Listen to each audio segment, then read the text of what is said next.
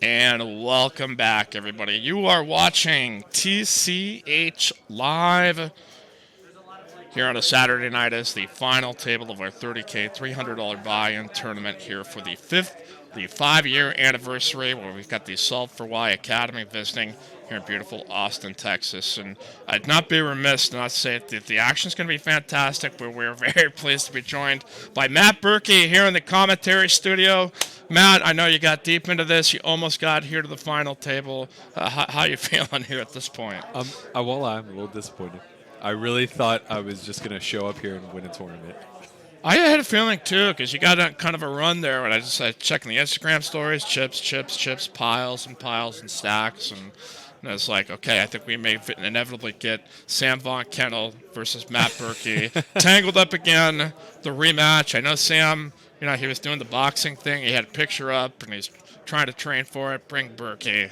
But we're here at the final table as players are on a break as we just got down to our last 10. Bryson Bird was our bubble boy here as we've gotten to the final 10. So, uh, boy, we before we unveil this lineup, this is a heck of a group of players that we have here. Some that we saw actually in the cash game last night with Matt Liu. We've got Bones, Casey Diener. We've got Mr. Sam Von Kennel.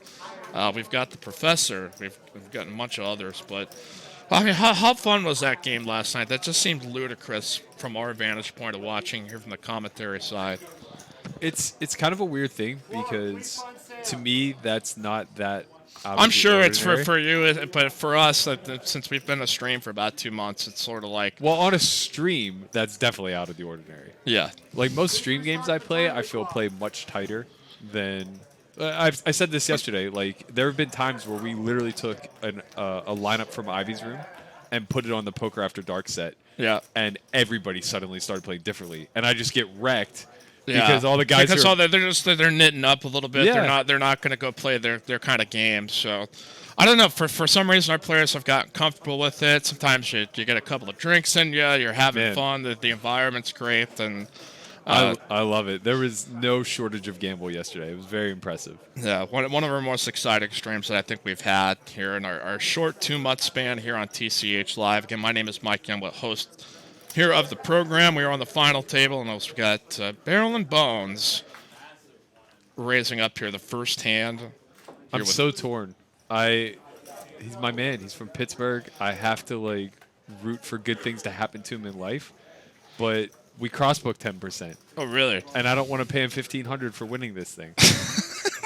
So you've got like another side little action going on with this. Okay, Yeah. all right. That's a story that we will keep monitoring as the night goes on, as you see some of our chip stacks. We've got Nick Neighbors as well.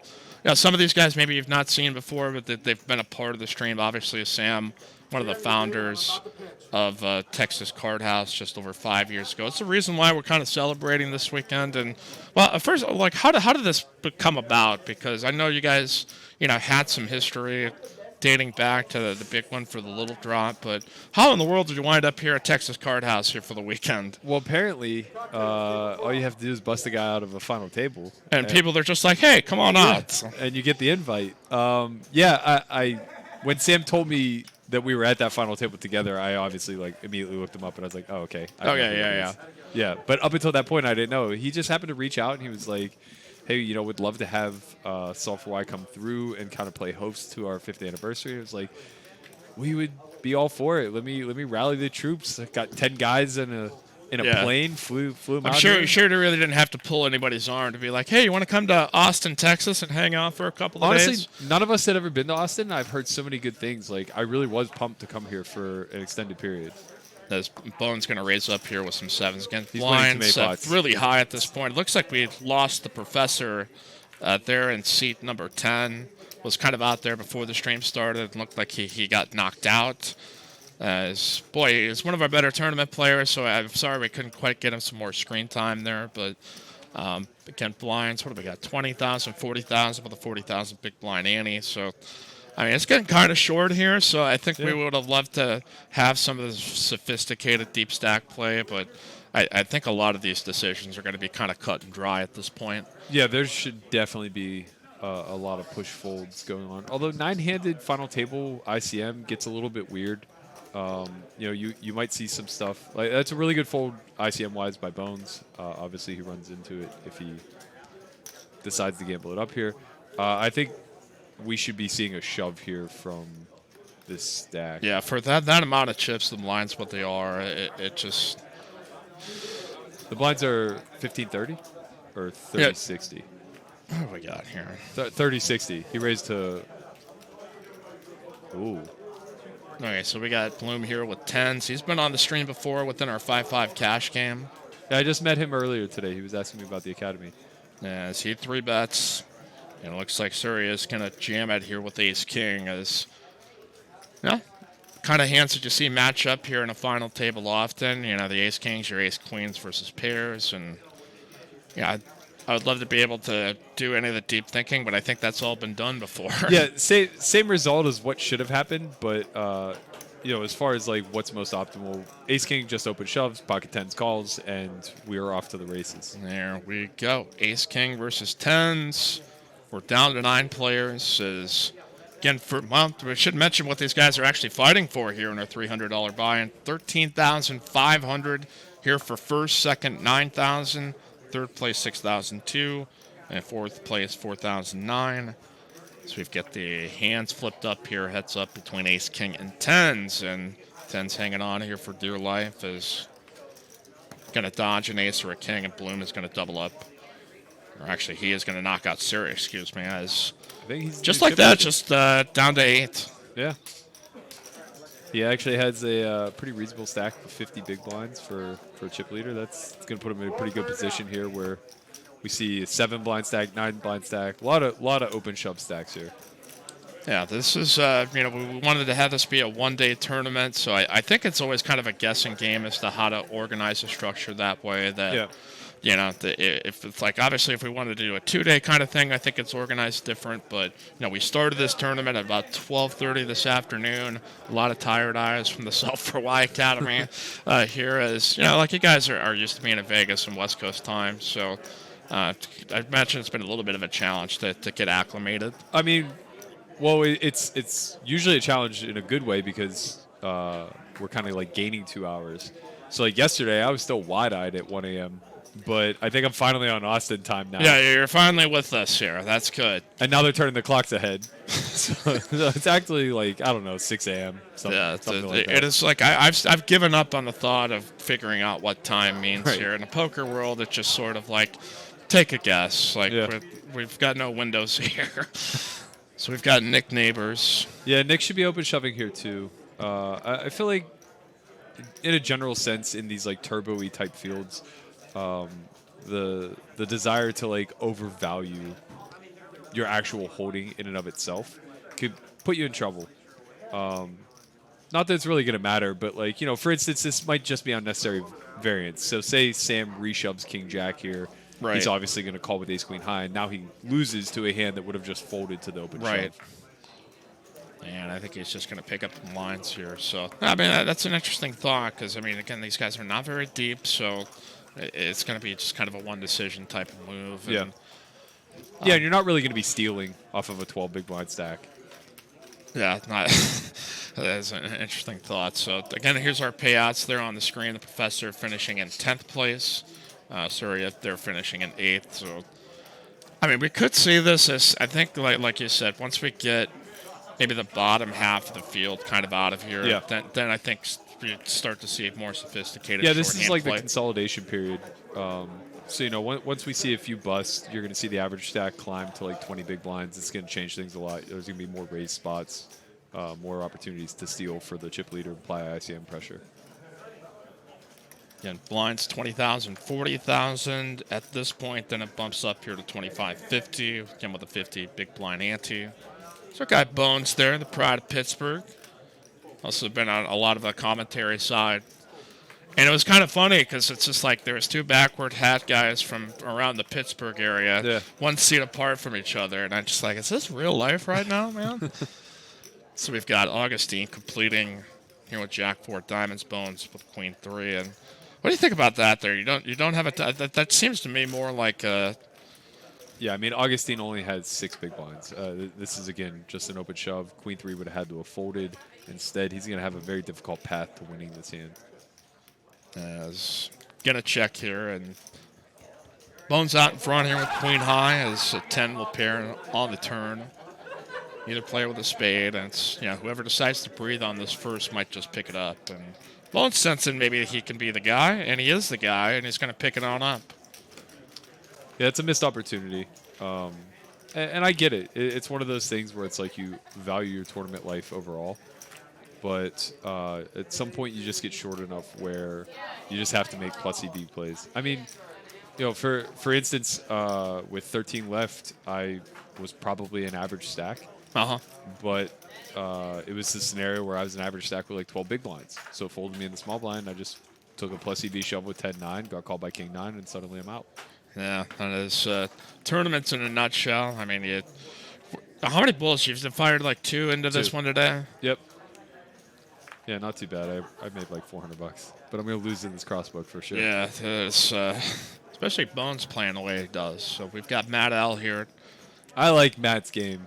I like the way he plays. He's not the greatest chip shuffler, as you see right there. He gets teased mercilessly for it. So he's a little bit of a tilter too. Really? Okay. Well, he's just still a young guy yet. Yeah. I think it's like once you cross that threshold, I should just say you get he's some life emotional. experience. You're like, you know what? This stuff doesn't bother me. When you're still young, you still have the ability to tilt a little bit. I should just say he's emotional, not a tilter. Okay. Yeah, I think that's fair. So we've got Carnival Sam. These spots are all so weird. I don't mind Matt's raise, actually, off of like 14, 15 blinds. It's just like I found myself in this spot in tournaments here where this is a it dicey just feels like Sam. my stomach clenches when I make the raise because I know something like that might happen. Well, so this is a great example of like taking on unnecessary variance. If Matt had open shoved, ace-3 folds.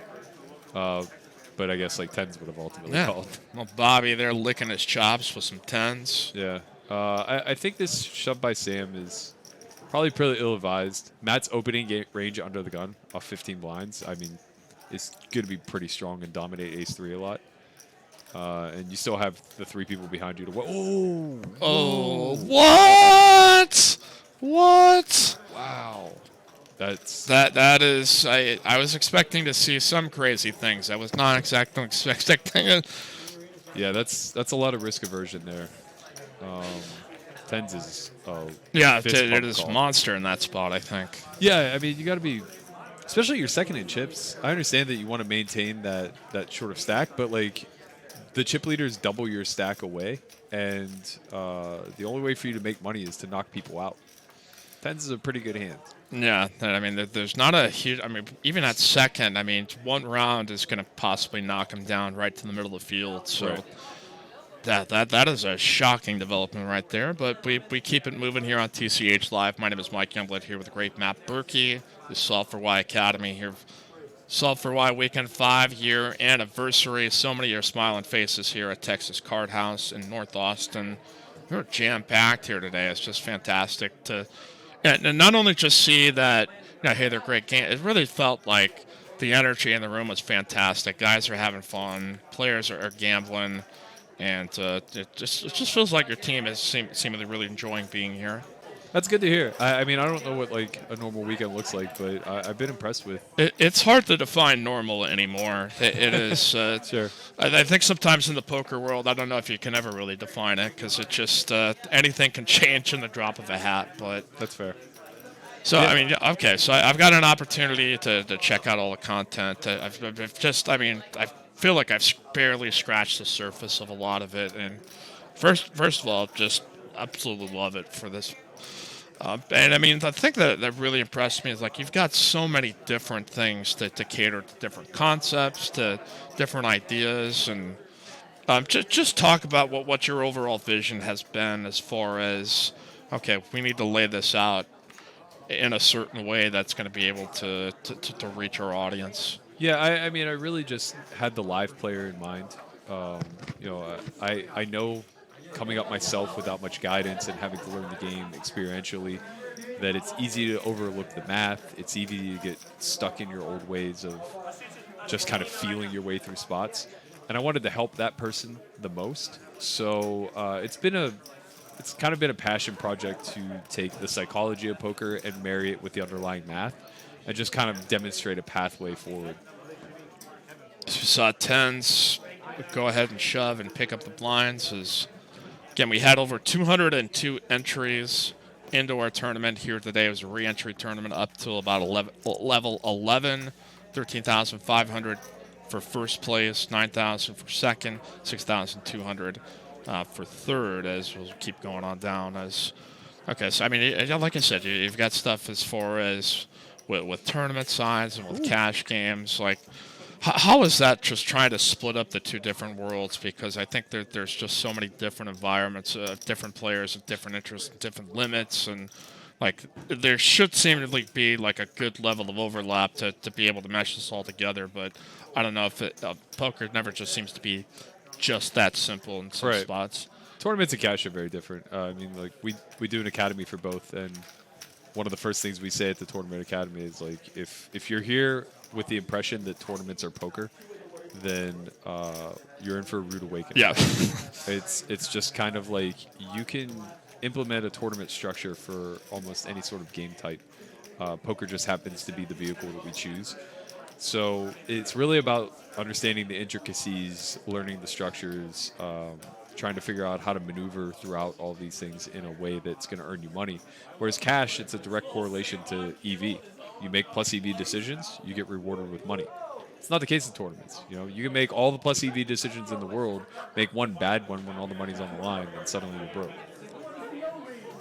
So we had Carnival Sam, Uncle Sam, had raised up with some aces and got no action here. Augustine with ace-3. Just says, all right, let's get it in there. And now Bones with the decision. All right, Bones, I need you to take a bad beat here, bud. Sorry, I hate to anti-sweat you on stream. You're the first person, I think, to be rooting against Bones on the stream. I don't know how that's going to fly with our audience here, Matt. So nice. It's just, oh, wow. What is happening? Well, I mean, I wonder if he's thinking about all the players that are going to act behind him. Like that's everybody's just so short. I don't think you can pass on these plus EV spots. Guy shoving for 5 blinds. Bones is third in chips with like, I don't know, 17 blinds.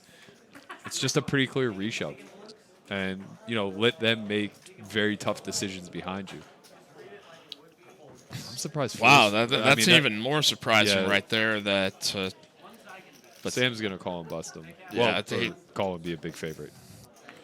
I thought, we call him Carnival Sam, so I wanted to see if I get some carnival music set up if he gets it in with a bad hand. But, there we see he's got the best. He's got ace-5 versus ace-3.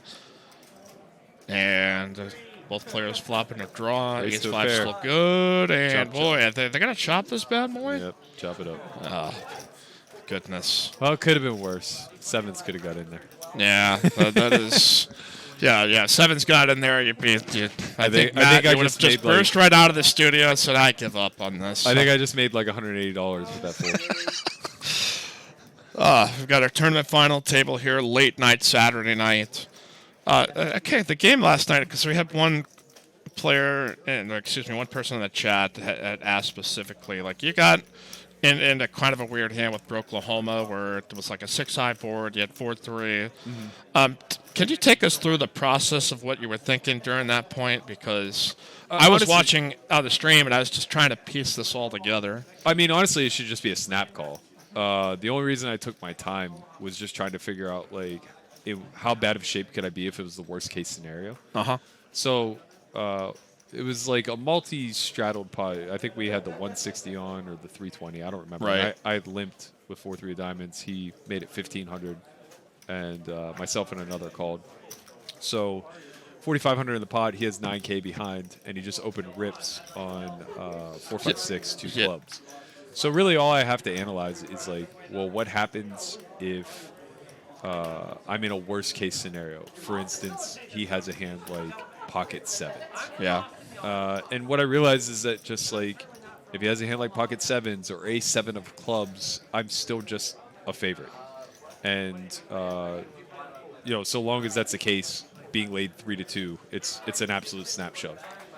I just wanted to make sure there wasn't a way I could be like in really awful shape where I'm like free rolling myself or getting free rolled rather. But I just don't think he's raising like 7-8 suited in that spot. Yeah.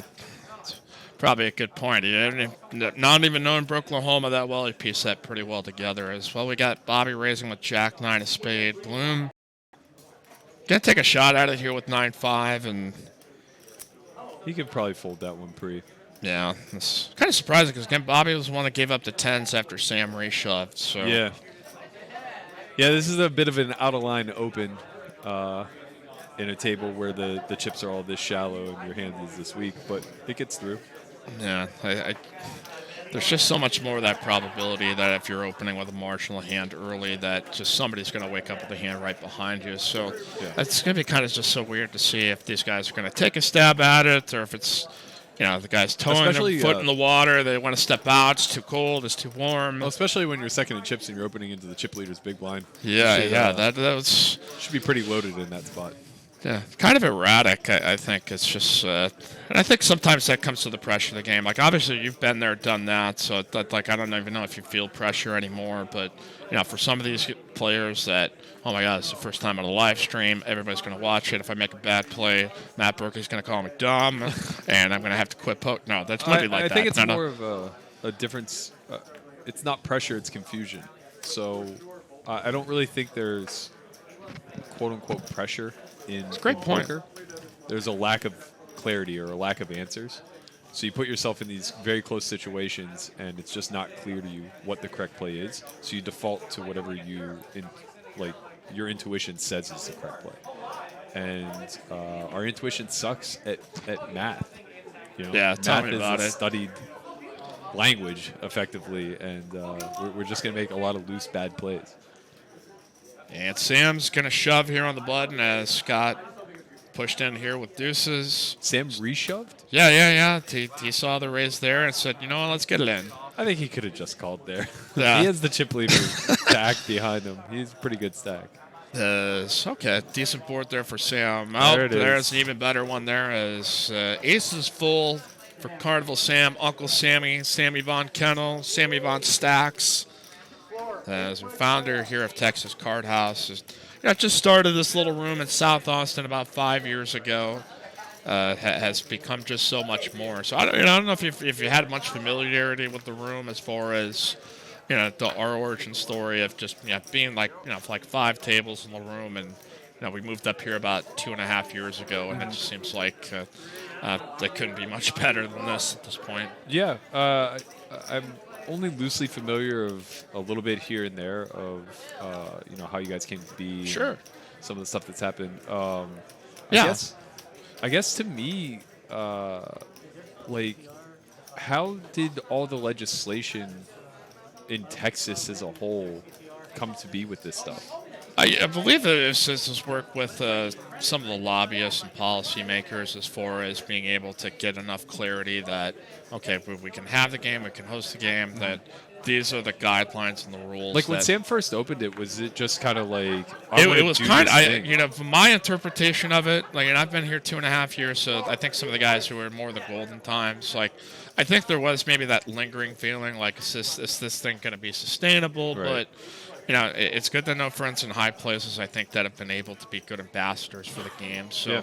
It's like, I'm always kind of curious as to what, the West Coast and the Vegas side looks at Texas, because, this is not the traditional way that we've come to know cash game poker and tournament poker for so many different years that I got to imagine it's been kind of like a mind F kind of coming into this. And just it reminds me of playing in Pittsburgh in the underground games back when I was younger. Yeah. Yeah, I'm sure that in the same style of it. Obviously. Yeah, it's just the loose action. This is what I enjoy. This is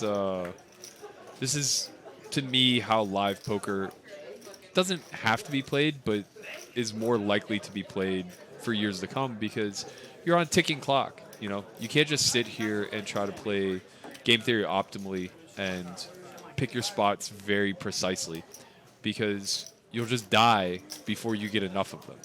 And people are making mistakes large enough that there's incentive to just play more hands, even if you're giving up a little bit in the short run. You might get it here with the great Matt Berkey here, the Solve for Why Academy.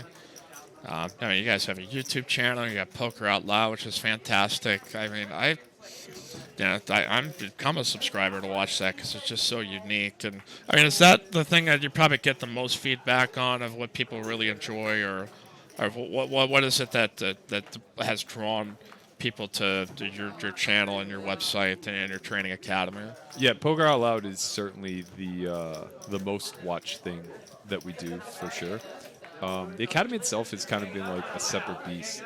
That's what we started with. We moved into the content creation thereafter once we thought we could scale a little bit, but we were just very lucky. You know, we had a lot of loyal followers who kind of like trusted us to get better, and it was just all word of mouth the first 3 years. Oh, well, okay, so we've got Augustine shoving in for his last 175K. King high against Jack 7. Oh, we got a 7, but a flush draw. And a flush comes out of the end. Augustine going to survive as... See right there, Bobby just takes a small chunk out of his stack, but Augustine there in C3 going to hang on. So that seems relatively standard there. Not much for Bobby to have to call with to try to knock a player out. All right, so, okay, back to the point that we're on as far as, okay, you've been grinding it, and does it feel like you're now kind of starting to take off here? Because, I mean, the content creation world, it seems like it's a very competitive world as far as teachers, and, you know, there may be some overlap in theories, but I kind of feel like you guys are going to be taking off here further as you keep going along, because your content's just fantastic. Thank you. Yeah, I think that we're doing a better job of making it clear that we're not targeting the 22-year-old hungry online grinder Right. who wants to make, you know, one big blind per 100 hands while moving through the ranks. Action player. I mean, the thing is, though, like, that's a great living, but it's very different than being able to win, you know, 5 to 7 big blinds an hour live. They may make comparable money, but live is going to be way more volatile with way fewer feedback loops that are reliable. So you can't really train it the same. You know, you can't just look at spots in a vacuum and expect your environment to bend to your will and just play, quote unquote, according to the rules. You see, you know, sometimes you play in a 6 straddle game. Yeah, and like, what are you gonna do if you get in that spot as neighbor shoves with the A6? I haven't solved for the 6 straddle. You know? There's no training manual as far as to say, like, okay, you get in a crazy game like this, you got boots and C2, and he's gonna call you with 5-3. Like, I think, you know, I know our realtors have to be kind of fumbling their hands because they might expect everybody might just come move to Texas because the action is so great. But did it seem more of like people are just want to play? Like this is not the like, hey, I'm going to take the GTO approach. It's like, hey, let's go get some chips in and play some hands. Yeah, and that's like, you know, let's be clear. There were a lot of study players at the game. Like I said, I think Matt knows a lot about the game. I think he plays very well. I think Westlake also very young, up and coming kid who has a lot of terrific promise. Player. Got Carnival Sam here with 9-8, a lot of chips. He can't help let's himself. get funky here.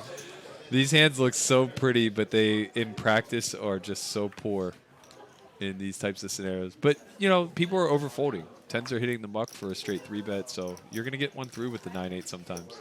Yeah, and he will, as pays to be the aggressor here. I actually think Neighbors can defend there. He's getting laid a really good price facing a min raise. He's third to last in chips. You know, his hand has reasonable equity, and he actually had Sam dominated. Yeah, and it's so weird to see him fold because as a deep stack cash player, he's probably our most psychotic player that we have that is super aggressive. But, you know, his tournament strategy's paid off. I know he's a very, very young kid. And did you see the guy here, his roommate today with the full-on gas mask? Yeah. He came up and, like, I think he said he watches, like, all the vlogs. I couldn't make out what he was saying.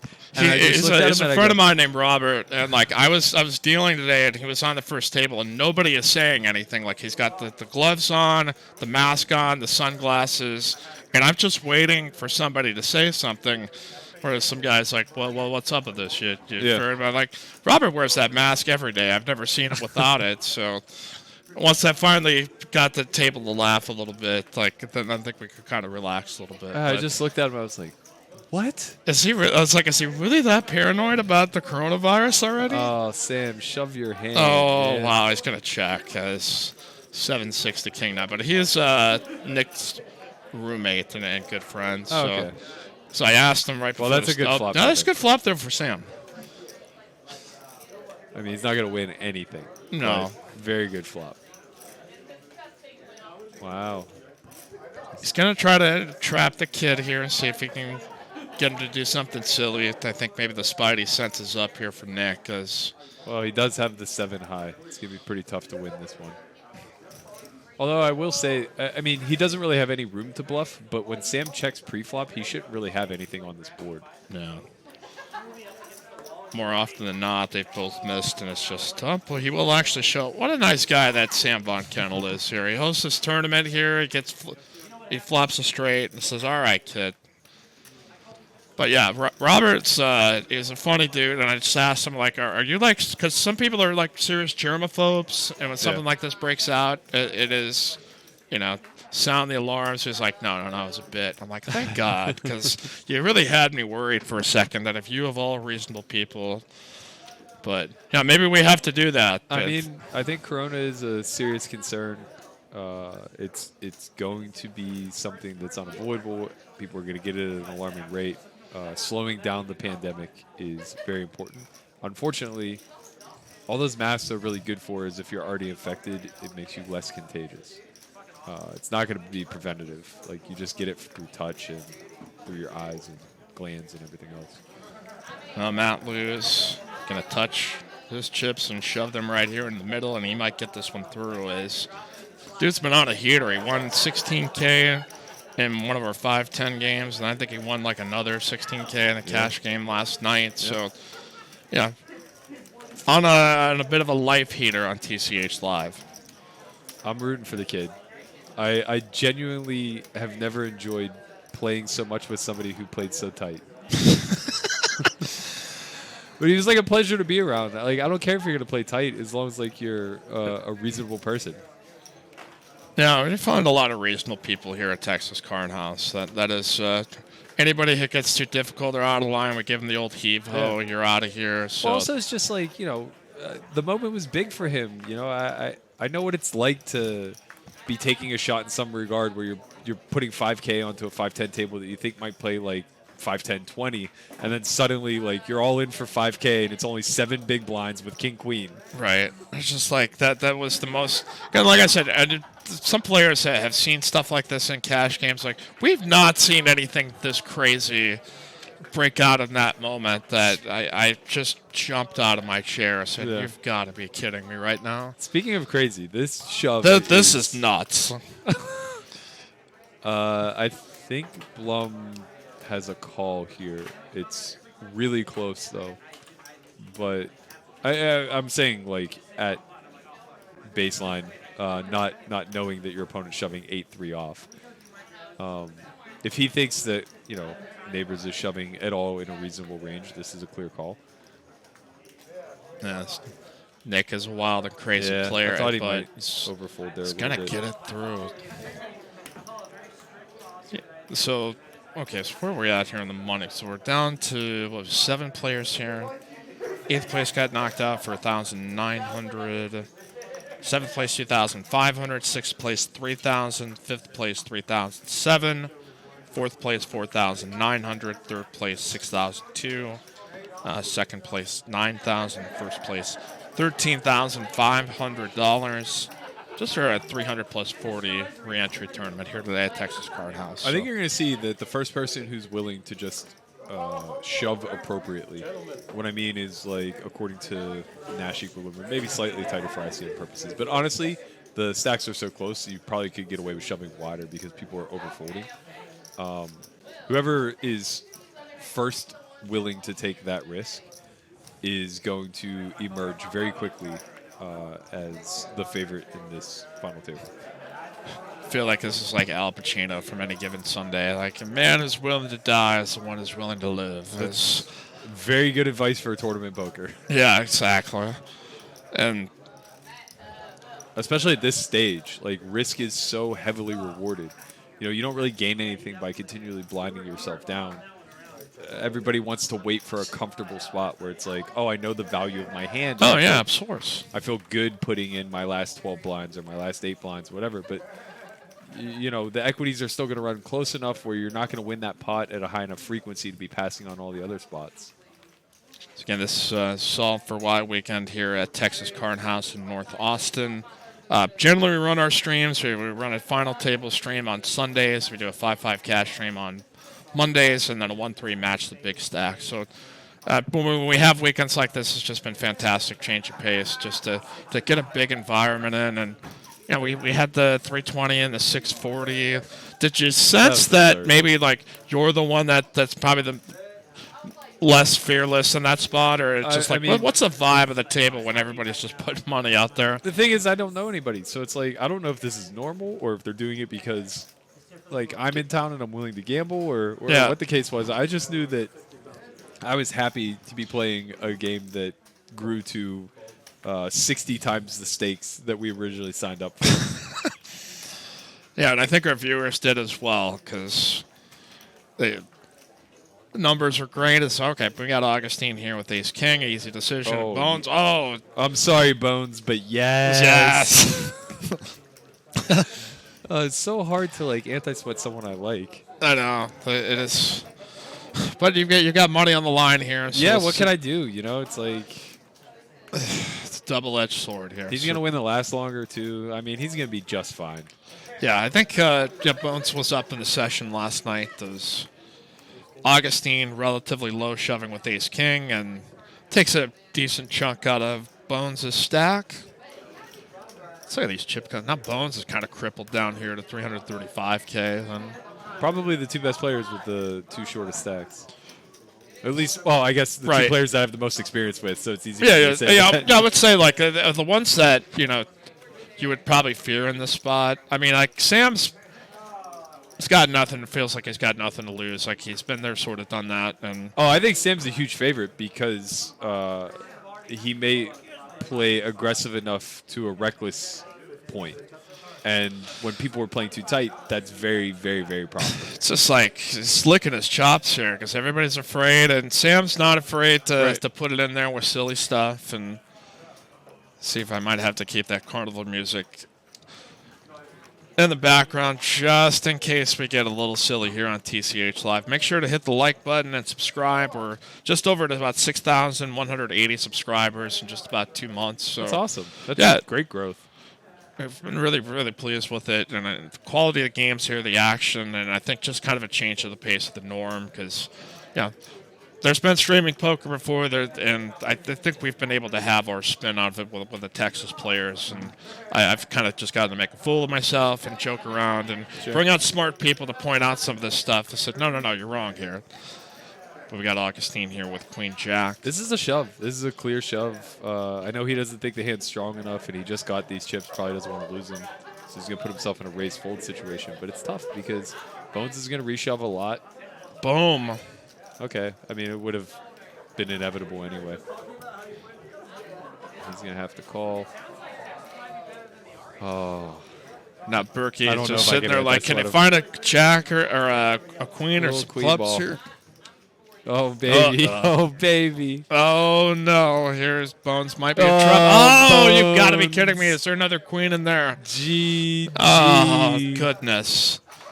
Our guy Bones. Now I feel bad anti-sweating him. That was a painful way to lose. Yeah, that's from Pittsburgh too. That's just so rough that you've got to root against. I'm gonna take him to a Pirates spot, game next chance I get. Bones gonna finish 7th there for 2,500 as Augustine.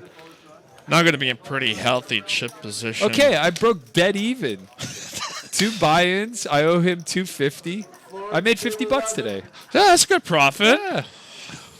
I read about that in tips today. So this is my one joke. So when we do our tip boxes, it's they all have letters on it. So I was the one who got Y today. So I get down with my shift. I bring it to the cage.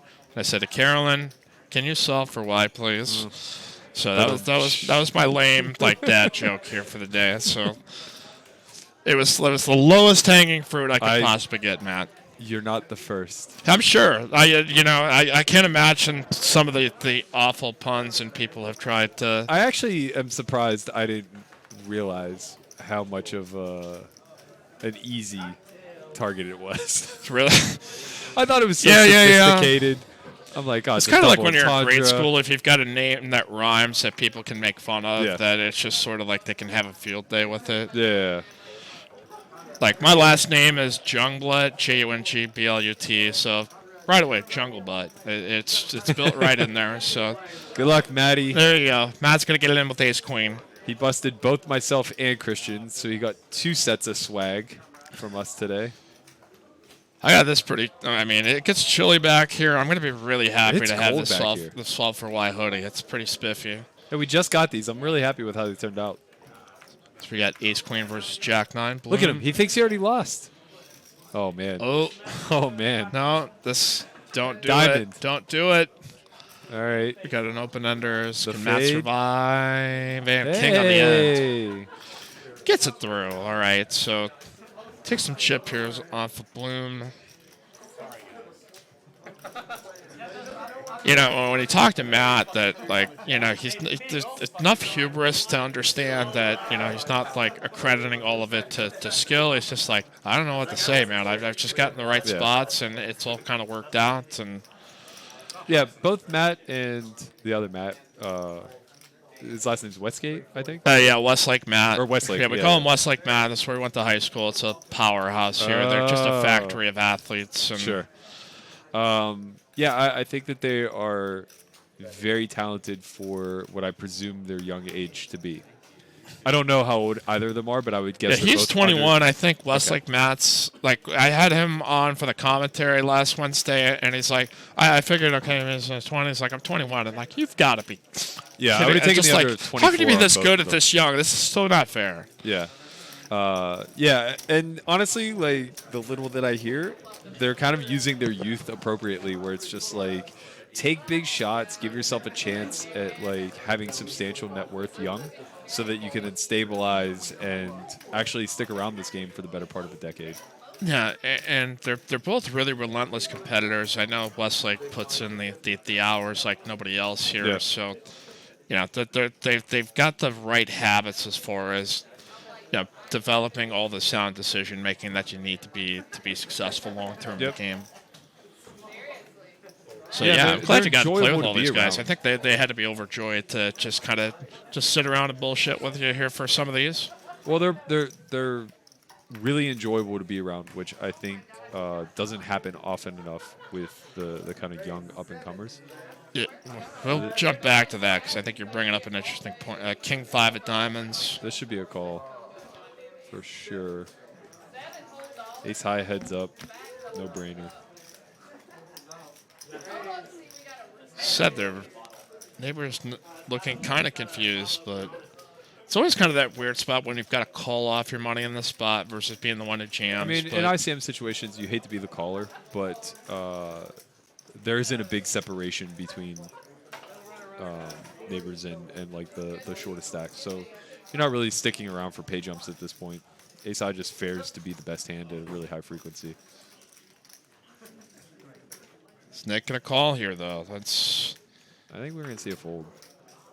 yeah, he's got that full body language. Just toss it into the muck because Matt Lou gets it through, which I think that's I'm going to sure- be his catchphrase here from here on out. Is getting 25, 50, 50K big blind antes. Players vying for 13,500.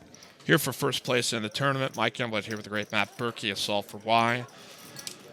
All right, so if players want to check out how can they go check you out? Because you've got a lot of different stuff going on. You got a YouTube channel. Yep. Okay, so we can go to the Solve for Y YouTube channel, obviously for some of the Poker Out Loud stuff. Yeah. And if we want to go to solveforYacademy.com,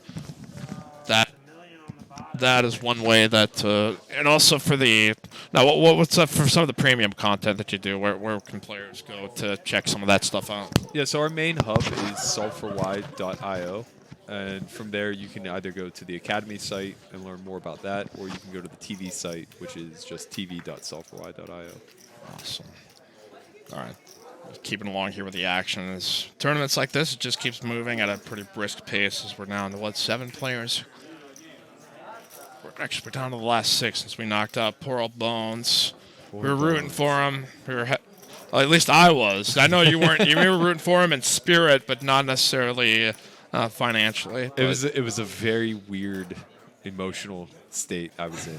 Yeah, Like, I want good things to happen to him, but I don't want to pay $1,500 for it to happen. You know, that sounds like a life of a Pittsburgh Pirates fan. I want good things to happen, but I'm not going to pay $1,500 for the seat fees, for the season tickets, all that good stuff.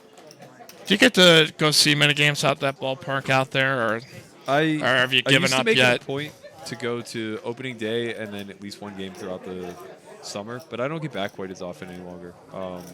I think I went to the wild card game when they lost to the Cubs, and then I think I went to one game it was 2 summers ago when my best friend got married. So I have actually been back in about 18 months. I'm sure they miss you out there, but Bobby gonna jam there with Ace King. And if we get any fooled here, probably by Carnival Sam. Yeah, no, that's. Bloom have anything? Nope. These stacks are starting to consolidate a little bit. Bloom is now chip leading with 1.3, I guess. Sam's probably very close behind him, if not slightly ahead of him. Yeah. At 1.4. Augustine now 1.1, coming off the short stack. All right, 1.4, 1. Yeah, so relatively deep, but it's still kind of pusher full territory for most of these players. Mm-hmm. So can we invite you to subscribe, hit the like button, join us tomorrow as we've got a 5-5 no limit cash game going to be streamed here. Are you going to be on that? Are you going to ever get some sleep this weekend? Or sleep is going to elude me for a couple more days. I'm definitely going to play the stream. I think. I'm not sure if Christian's also going to play or if he's going to do commentary. Yeah. So we'll. Excellent. Oh, okay, that's cool. Have to ask him how that weight loss bet thing is going. In my opinion, not well. Yeah, I mean, I felt bad because we had Rudy's Barbecue here at Texas Card House today, and I was like, if you're on a diet, like, I mean, it's great food, obviously, but there's a lot of choices in there. Well, the irony is that he's lost a pile of weight, but that's not what the bet is. Really? Okay. So what? Okay. So I'm still in the dark, and maybe some of our. Okay. So lay it all out. Like, what is so that we can kind of grill him on that tomorrow? So I made a fat loss bet with him. Okay. Which means that it doesn't matter how much weight he really loses. He has to put on muscle in order to win this thing. Oh. Unless he just emaciates himself, but. He weighed in initially at 39.5% body fat, and the bet was he had 1 year to lose half of his body fat. So he had to get below 20%. Okay. Yeah, which is a Herculean task. I mean, I'm about 17%. He needs to get to like 18.9 or 19, something like that. So he has a long way to go.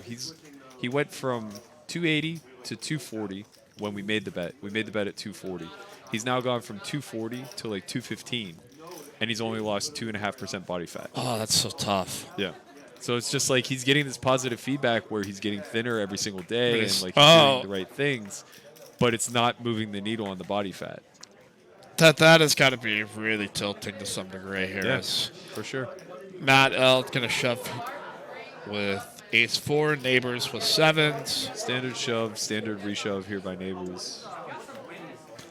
Can't be afraid to risk it, kid. Got to get her in. You got to get her in. Yeah, this is not a person. I mean, I've seen this guy chant. We had one of the opening streams that we got into like a 13K pot with Queen Jack versus 6s or 7-6 suited or something like that. So it's a little puzzling from my perspective to see him play kind of cautiously because I think in cash games he's the exact opposite. It's the death. He can't reload. Ay. Yeah. I want to work with this kid. What? I really want to work with him. Yeah, I want to just sit him down and teach him push fold. I think he's been shoving way too loose, but wait, did I just see queens fold? No, that can't be right. What? Was somebody not in their seats? Wait, that wasn't real, was it? This is not real life right now. No, I was not prepared for this, so it's not prepared. That can't. Augustine couldn't have possibly. What? We might have to go to the replay booth here. He folded way too quickly. There's no way that was like an accurately read hand. Yeah, I mean, you've been kind of the go-to source for some of this RFID stuff. Do you still get people that are trying to poke around, trying to find the answers for some of this stuff? Because We actually have a student who's working on creating a program that will be able to data scrape all live streams. really, So it just combs through the footage and it pulls out all of the pertinent information and converts it into hand history. So the hopes Whoa. are within the next few months, we're actually just going to have a database of every single decision possible ever made. that's fascinating. Yeah, I mean, if we can get to the point where we can quantify in EV terms every single decision he made, we should be able pretty easily to demonstrate how many standard deviations away from the norm his performance actually was. I think there was like a silver lining to that it was like, I think I may have heard in one of the vlogcasts that instead of like poker players just shouting at each other on Twitter and getting into kind of these ego wars, which I think I'm going to take another sideboard of that, so hopefully, but it felt like the kind of the poker community sort of rose up and said, okay, we can all agree that cheating sucks. Yeah, for sure. I think that everybody should be pretty proud of the way the community as a whole came together, top to bottom. It was guys who have a big social profile out there shedding light on it, guys who are just a screen name on a forum somewhere, kind of doing all the dirty work and everything in between. Even if nothing comes of this, I think the fact that the community is willing to police itself this way is really beneficial for everybody moving forward. Yeah, it was Augustine that may potentially folded Queens. I don't know. We might. I'm still shocked at that last thing, but I think it speaks to a broader point too. That a friend of mine named Jason was on the campaign. I think I don't even know if we would call it a campaign, but to make poker fun again, because it just sort of seems to be like we've gone quiet. It has become just a very much. I put my hoodie on, I put the sunglasses on, lock in, like. I mean, what is it going to take to make poker fun again? Because it feels like in some parts of the world, people go to the series and they say, "Oh, this is kind of boring. Nobody's having a good time here." Yeah, I think maybe a little bit is just like redefining what fun is. I think really what it speaks to is the players who don't put the time and effort into studying want to feel like they have a fair shot. And a lot of that just comes from the way they're treated when they sit down. Nobody wants to feel like they're walking into a clubhouse that they're not a part of. Right. And or being ostracized because they don't speak the language or because they don't know what's quote unquote correct or incorrect. And I think that speaks a lot to Westlake and Matt Liu. Like, for how young they are, they have a great table presence about them where it's like Matt was almost like apologetic that he was winning so much. And It's just kind of like, come on, kid. Why don't you enjoy the W? Yeah, and like Westlake was like, he had no qualms mixing it up. It's like, we know that he's taking a big shot in this spot, and nobody's going to give him too much like a hard time with it. Yeah, nobody's going to give him strife for not playing enough hands or whatever the case may be. It's like they're good kids who carry themselves very well in kind of a weird mixed crowd, right? Like the ages ranked or ranged at that table from probably like, I don't know if I was the oldest or not, but I'm sure I was close at 38. Yeah, I'm thinking of that table. Yeah, you might be. Bones is probably right around. Bones are around the neighborhood. I think maybe Boots broke the home. I think they're all within the ballpark. Yeah, so it's like 21 to 40. It's a pretty big spectrum, especially like not just age, but also like net worth and kind of the strife that comes with being 40 as opposed to 21. Yeah, a lot more life experience. Yeah. That to put yourself in that environment and not be arrogant is very like kind of surprising, because you can meet a lot of people that think they're pretty hot stuff. It's a critical and they skill. run good in a couple of good tournaments, and all of a sudden they think the word is good. It's just a critical skill in the live realm to not present yourself as like a world beater or the best that ever lived, especially when the game has like a natural way of humbling people. Yeah, the poker gods do strike down on these, so as soon as you get near towards the top, sometimes it could be a cruel reality. And I'm kind of fascinated by that, too, as far as within the psychology of the game, because there is so much about handling variance, and I've always kind of found it to be. There seems to be a lot of information of like, okay, this is how you handle when you go on a downswing. Okay, he's got queens again. Let's pause. Okay, wait. Maybe the graphics are just catching up. Yeah, so it's flop leg or card leg, but we got a raise. But This is big. yeah, this is a sizable raise here. He doesn't want action with queens? I don't know. You might get an ace flop like that. That's oh my goodness. But it's gonna just probably push out the entire field. Well, maybe Bloom might call here with ace six. I don't think he can for this price. He's facing a 4x. I was gonna think about Or it though. more, actually. Huh. 4.5x. Jump back to that last point. Well, okay. Maybe we'll get a little splashing here. Nope. I think he's going to think better of it. Not a guy that I've seen as the most experienced. He did appear in one of our 5-5 games not too long ago. He's not a guy I would put in the top realm just because some of these other players are pretty good. So I think these are, of the two, probably with the least amount of edge as far as on the skill side of things. But, I mean, we see it in tournaments all the time. You can throw that stuff out the window. But Variance is quite the equalizer. all right, he's 6 and queens. He's going to This actually. is spicy. It's a little bit of a curveball. And should only be one move here for Augustine. Yeah, I would have liked to have seen him just shove here. Protect his hand a little bit. I think this guys need some sulfur Y in their lives. You just got to toss them their card right after. Say, hey, nice job out there. Let us help you. Help us help you. I went on a nice little heater with like 2 tables left. I was really pitching the MTT Academy, but then suddenly I found myself out 13th. It was a little bit tougher. It is kind of like a spoken endorsement when you're just running over the table. It's like, you guys want to know how to do that? It's like, oh, I'm chip leader with like 18 left. I mean, this is how it's supposed to work. All right, ace-6 here versus queens. Yeah, with less than a pot size bet, this is a clear all in.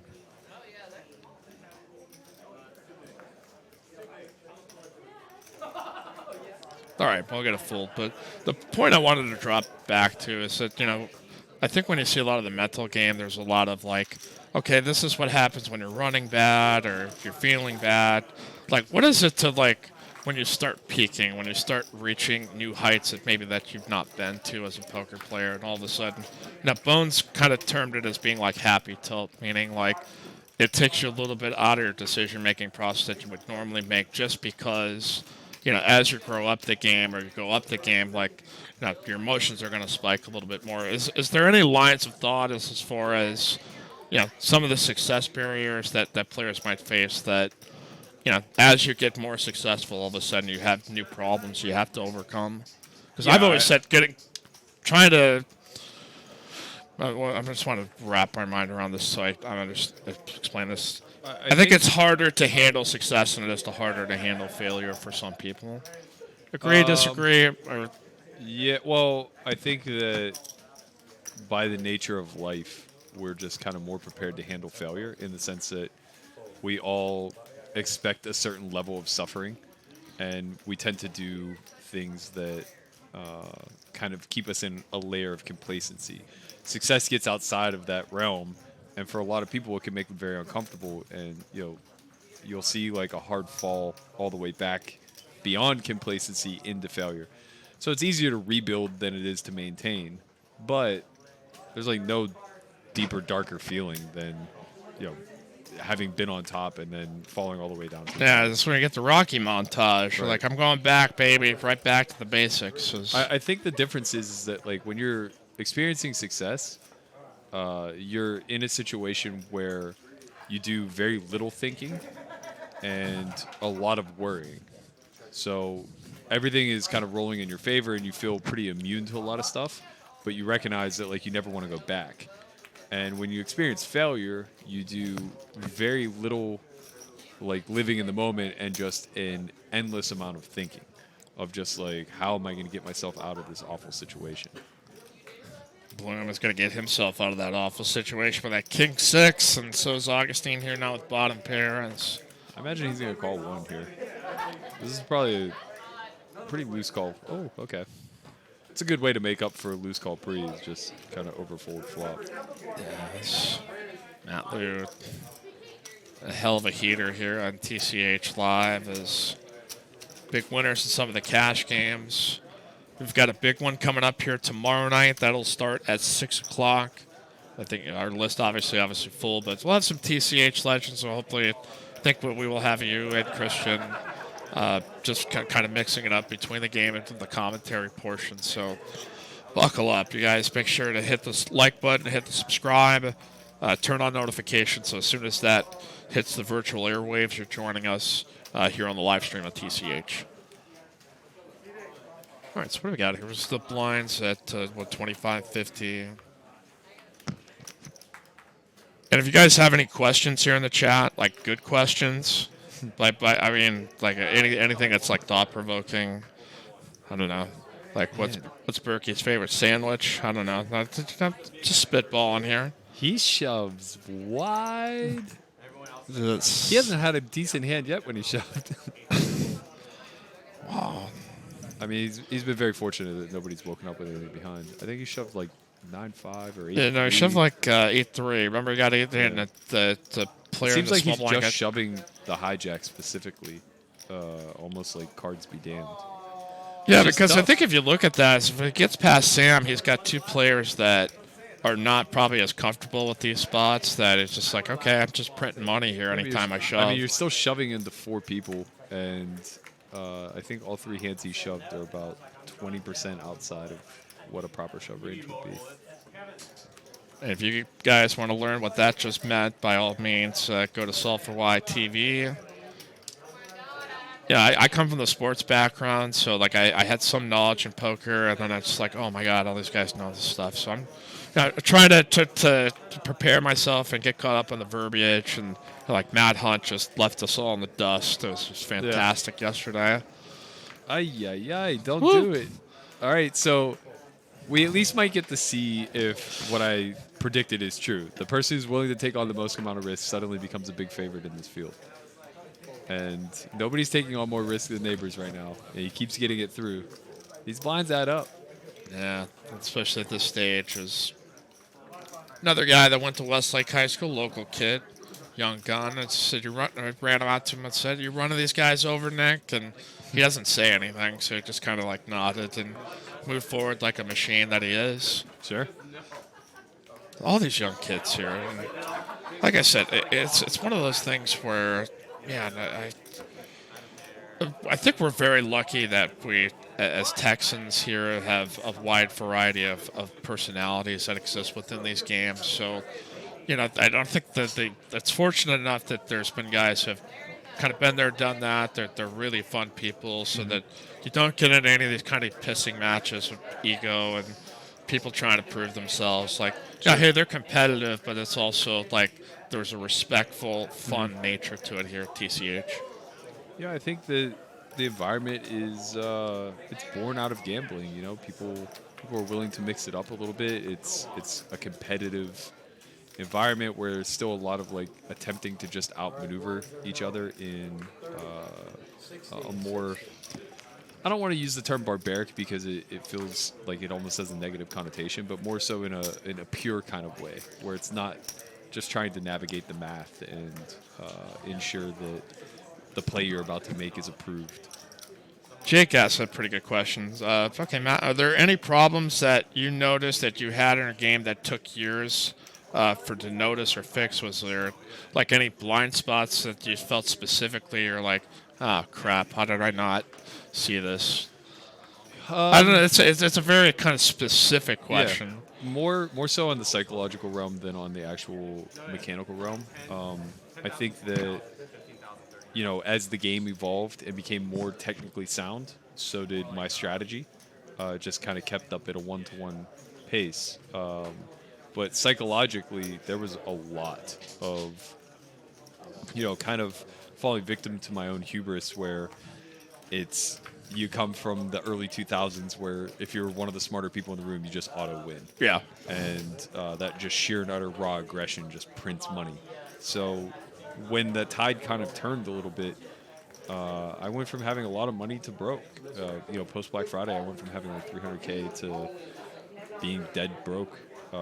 You and me both, brother. Black Friday was, I still have nightmares about it. That it's just like, that was a defining moment, I think, in the poker world. And boy, the irony was I was like really set up. I had a lot of liquidity. I was doing very well in the live realm. I was happy that online was gone. I thought a lot of that money would move into the live arena, but I was just spread too thin. I was backing people in a bunch of games that, I was underrolled to back them in. I was playing as high as I possibly could, and eventually, like all of those business decisions, not understanding the financial aspect of poker and how to actually treat it like an investment game, really came back to bite me.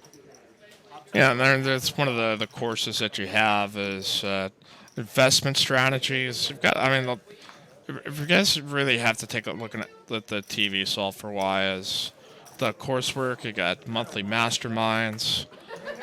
What we got here going on in this hand, blind versus blind. Now this is a good shove. Yeah, buddy. Can't do anything with the Jack 3. Yeah, Uncle Sam, one of the founders here of Texas Card House, just for 5 years ago, our 5-year anniversary. And, we've been a live stream here for about 2.5 months. Probably, just about 2.5 months. And I think this is episode 30, 31, 32. I'm starting to lose count of all these. So it's Matt Berkey here with us, probably our most distinguished guest, I think, in the poker world as far as joining us here for the guy. We've had Bart Hansen. We've had a lot of really good people that have been around the circuit and the poker world. And if you want to ask your question now, you want to make it good, you want to ask Berkey something important, chime on in here in the chat box. Make sure to hit the like button, subscribe, and turn on notifications.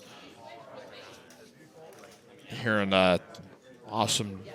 Have you gotten experience much of the city here? Like, I know it's nah.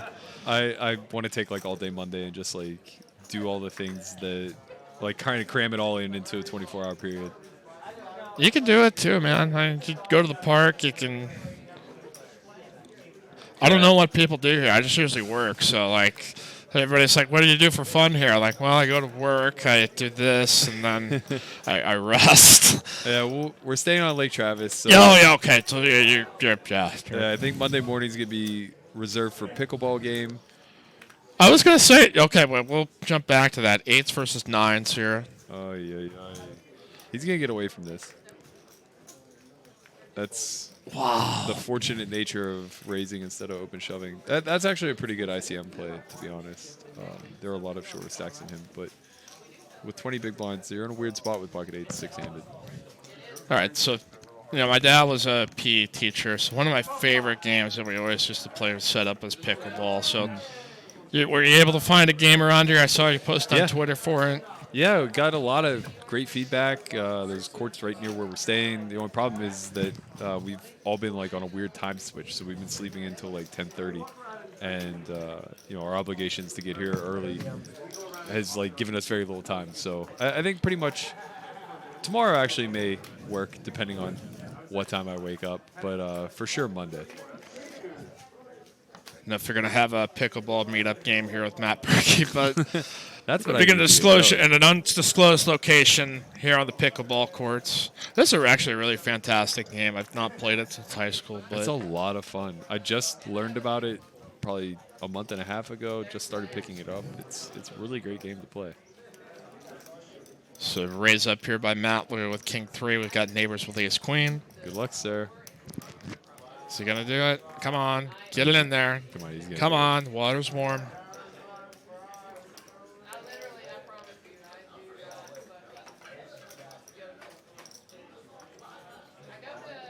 There it is. There. I was a little nervous for him. I didn't think he was going to pull the trigger.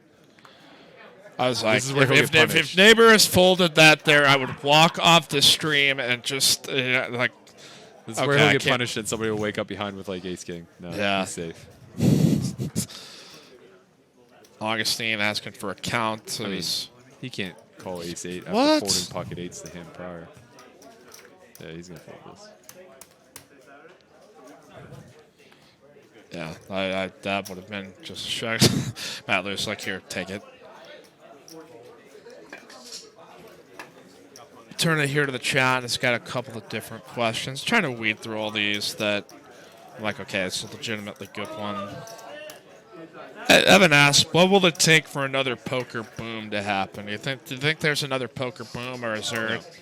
Nothing can ever replicate what happened in 2003.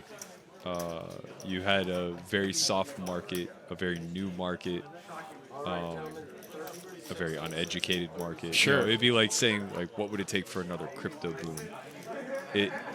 Crypto will grow exponentially, but Right. you'll never see something that like we saw 5-6 years ago, or even like 2-3 years ago, where things are worth pennies on the dollar and then suddenly worth like 1,000x that. You'll see growth, and you'll see, poker. Like right now, I think tournament poker is damn near its peak high. Right. That market is just absolutely booming. There's a certain sweet spot at that $1,500 mark that is just growing exponentially every single year. World Series is a great example of that, but no matter what happens, online can get regulated. I don't care. There's just no scenario where I could envision us replicating 2003. Yeah, if you've got a crazy idea as to how to make that happen, by all means, chime it into the chat box. But I think we're all kind of remiss to believe the golden days are long gone, but there's still some great ones ahead here for the game. So, yeah, there could be a new game that takes over, a new gambling game of sorts. But again, like, it's just very tough. If somehow poker was able to convert into an esport, I think you'd see an uptick. Maybe not a boom per se, right. but if we were able to adhere to the esport structure a little bit, where we had teams, we had leagues, we had all these things that kind of replicate pro sports in some certain way, I think you would see an influx of money. I think you would see a certain change to the market. But again, nothing like the moneymaker boom. Top pair here for Carnival Sam, Mr. Sammy Von Stacks. And it's going to get a bet and a fold. Probably really regretting folding those tens. Now there's a massive chip leader where he could have got busted. Yeah, I still can't believe. Yeah, that would have been. But yeah, speaking of moneymaker, we had him as one of our first ever meetup games once we got I heard he to the folded live. kings pre-flop on stream. Oh, well, okay, yeah, he was contemplating about that, wasn't he? It was ace, king, kings, and tens, if I recall. God, we've had so many episodes. I have forgotten about that hand. I never saw it. Somebody just told me that he folded kings on stream. No, he didn't fold it. He was contemplating doing it. I think that somebody he made like a 3-bet, and somebody who just got to the table just took like a 3K stack of blacks and just slammed it on the table, and like his gut instinct obviously was, okay, maybe this guy's got aces, but I have to call. Like, yeah, if he would have folded there, we would have thrown him out of the building and said, we're not paying you. Get the hell out. Who are you? Are you an imposter? This is Craig Moneymaker. Like, we need to see an all in here from this ace-8. He doesn't want to put himself into a tough decision when ace-jack shoves. Now he's in a really weird spot because he put in a third of his stack. Like, his raise size was very large. Wow, Matt wakes up. He's going to get the wiggle away here. ooh. This is tough, but like with a raise and a shove ICM, this is a very natural fold. See there with that Solve for Why hoodie. Everybody's got a hat on here but Uncle Sam. I think it just shows the ages of all the players. Everybody's got a hat. I have a hat on, for gosh sakes, but thankfully you don't have me on the camera here for you. But what do we got? Grueling decision here for Mr. Matthew Lewis. If this were blind versus blind, he obviously would have called off against Bobby. But with Blum committing such a large portion of his stack, he can't really imagine that he's raise folding. One way or another, he's going to move up a pay jump here, assuming these two collide and get it all in. King Queen feels like the nuts, but Just one of those spots where you got to let it go. Good fold. Yeah. He might feel embarrassed, but yeah, hey, it's a good lay down. Yeah, see, like, you don't want to call off here in bum spot. You'd rather just be open shoving, but it's a min raise back to you. You have no choice. This is an absolute must call. You can see he has 33% equity. He's being laid a price of about 2.5 to 1, so he only needs to be about less than that, about 27.5% equity. It'd be a very big mistake to fold, Yeah, that's... even knowing the hands. Yeah, if you can flip it face up. Yeah. Oh, you've got to be kidding me. God, this guy needs to solve for why so bad. Well, okay, Moose Duty asked a question here. Amongst all your students in training, what is the common leak in poker players today? And I feel like I know the answer, but I'll... It's everything you're seeing right now, risk aversion. The biggest leak in all of every single poker pool that you can imagine is humans trend risk averse, and they don't know how to navigate variance very well, so it just compounds. You don't know what's luck versus skill, and since innately we're fear-based creatures, we're just afraid of the worst case scenario. You know what some of the worst case scenarios are for our listeners is not subscribing to our podcast and our podcast from the felt. Oh, I had it. I was going to be right there, but from the felt with Bill, Sam, and Ryan. I was trying to go for the big home run hit, but I think I fouled that one off. I But recognize subscribe what you said to there. Google, Spotify, and Apple Podcasts, wherever you subscribe to podcasts. And No, don't limp. Don't limp. Just fold. there's a good couple of questions in here that we'll jump back into here. But okay, what? Okay, gonna complete here. Is this like just a raise or fold spot there for some of these small blind completions? Well, Because Matt has 12 big blinds. It's a shove or fold spot. Jack 3's not good enough. It's definitely just a fold.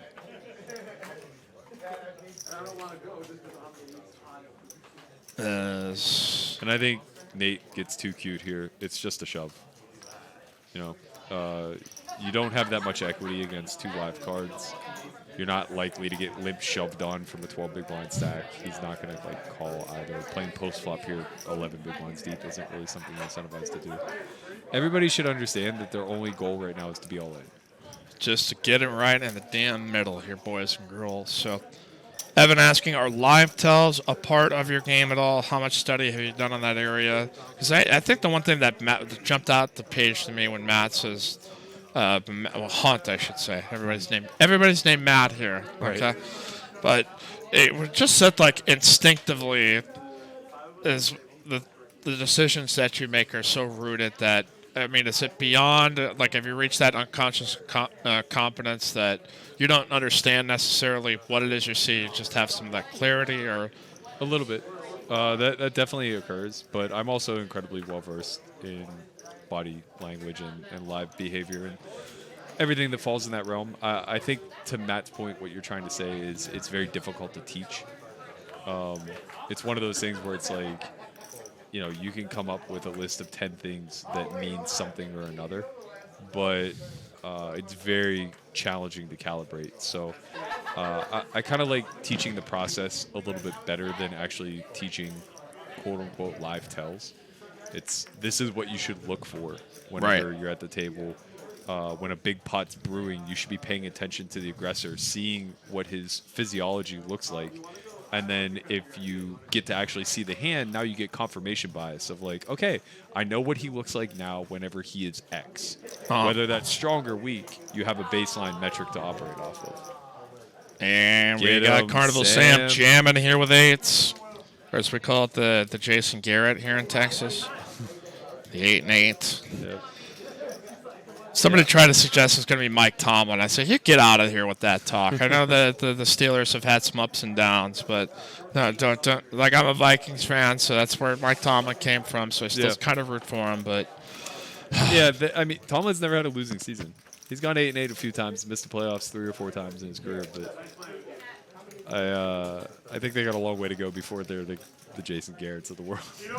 Now, one thing I was following along with you on your Instagram, this was a couple like months back. Like you were on this huge kick of audiobooks of like Yep. you had like David Goggins, you had Jocko Willeniks.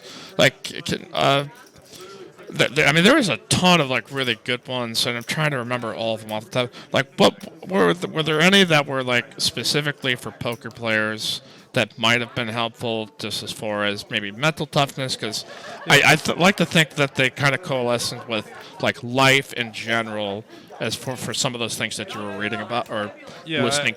I think navigating life is a big corollary to trying to navigate poker. There's just variants of both. Oh no. No, what's happening? No. Aces. My man Matty ran into it. It's a good shove. It's unfortunate.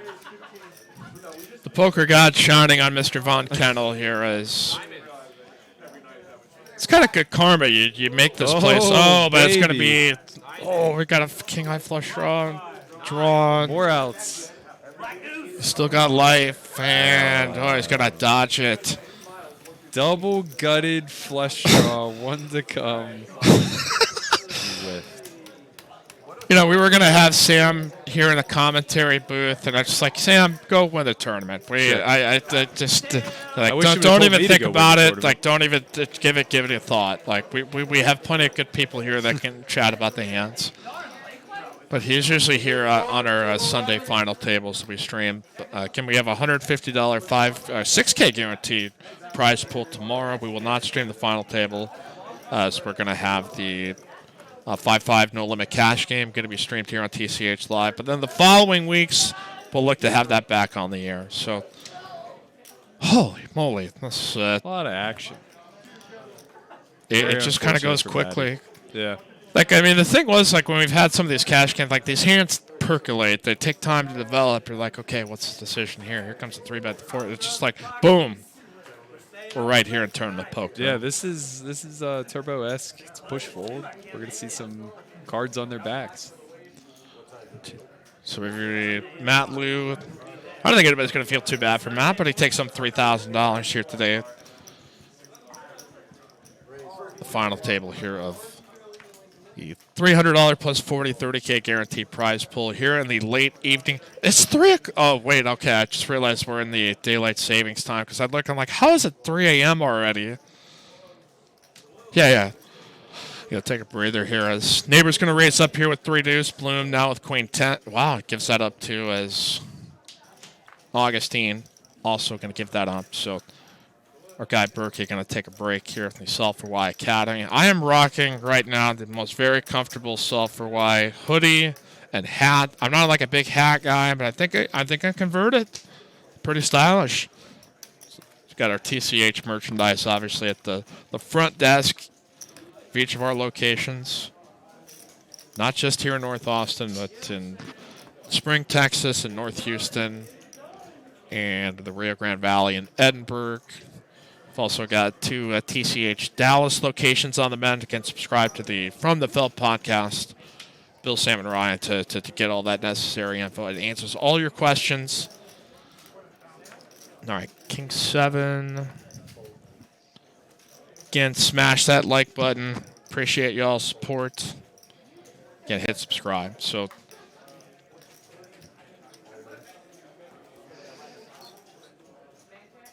and Augustine going to shove here with King 5 as Bobby, blind versus blind. We're just going to pick that right on up here as we're down to our final 5. Again, Nick's neighbors. We've got Bobby, Augustine. Got Bloom and Uncle Sam. You got that run good happening here as he's picked up a lot of big hands, and we're all rooting for you, Sam. So we've had Matt Berkey here. I think tomorrow in the cash game we are going to have a Berkey/Soto combination. I think we might have Bart Hansen here as well. So I mean, we've had. I just can't believe that there's so much anticipation to come to this weekend. Now that's finally here. It's like I'm not ready for this to be over. You guys need to stay like another week. We just need to keep doing games. You can talk me into it, man. Yeah, the action's been great here, and I think they're like I said, they're joking with a lot of the realtors here. I said, you might want to get your cards ready for any visitors that come and say, hey, you need a house bunny, you want to come check out the Austin, Texas area? I'm your guy or gal. I would stay just to check out the city a little bit more. I've heard so much good stuff, and I really haven't had a chance to explore.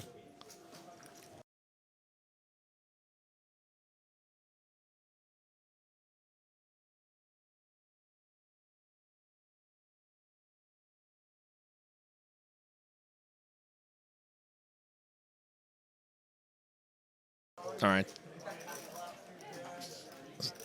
Bloom with not much has been whittled down. Is gonna get it in here. All spades. Jack 9 versus Ace Deuce.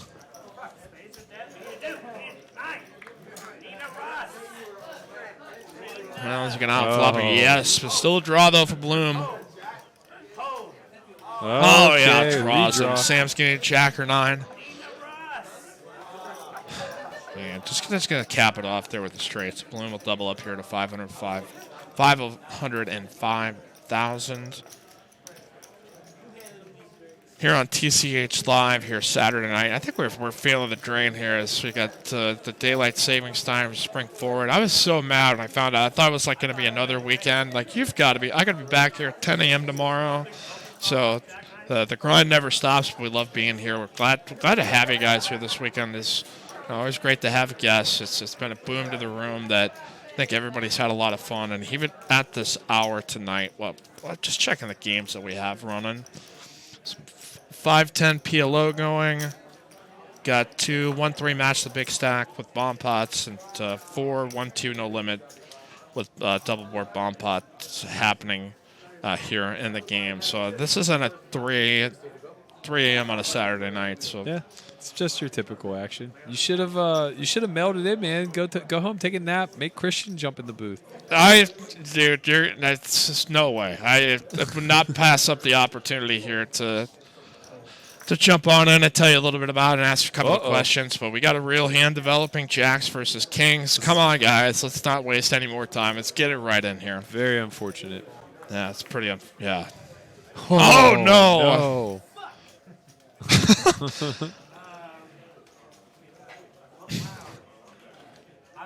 I mean, he's going to call. It's a third of his stack, but, like, it doesn't matter. Oh. Okay, I don't know if this is specifically the hand or... I see. It's actually half his stack. So it's 860K here for Bloom. Yeah, this is unfortunate. It's just like you get this 5-handed Kings versus Jacks versus 10s. I don't know if Carnival Sam has gone to church recently. He worships a deity that may speak to the poker gods. We see a 10 here. This thing might just be over. My goodness, here is... That board not going to do it. King still out in front here for Mr. Nick Neighbors, and an ace on the river is ace and kings.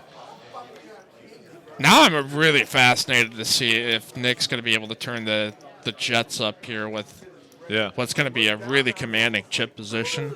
Yeah, him and Sam are going to switch stack depths. We're going to lose... We're gonna lose Blum here, and the other two remaining have sub $1 million, I believe. So they're gonna have less than 15 big blinds. Yeah, he won a big tournament here locally that I think for like 50K not too long ago. I hadn't really known him as a tournament player, but apparently old Mr. Neighbors, our friendly neighbors, picking up Kings here in the right spot here tonight on TCH Live. Yeah, it's very unlucky for Sam. Nothing he can really do. I imagine it would probably be a mistake there to fold 10s. I think Nick only had, even though it was half of Sam's stack, Nick only had 20 big blinds. So it's just like, there are plenty of hands in there that 10s are beating.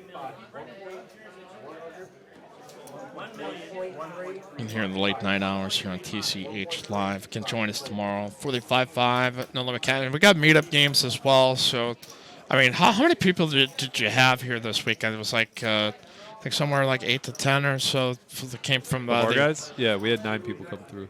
Wow.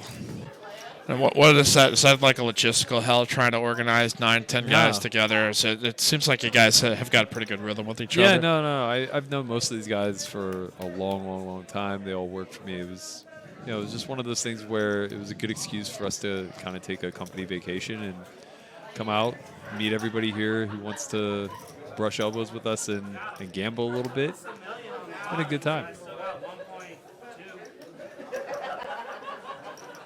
Just going through some of the questions of some of the fine folks that make up our TCH live crowd. So you see the chip stacks there. Bloom actually going to get knocked out there, finish for 3,700. Next player to get eliminated will take home 4,900. It can pretty much raise dark here for the remainder of this stack distribution until somebody doubles.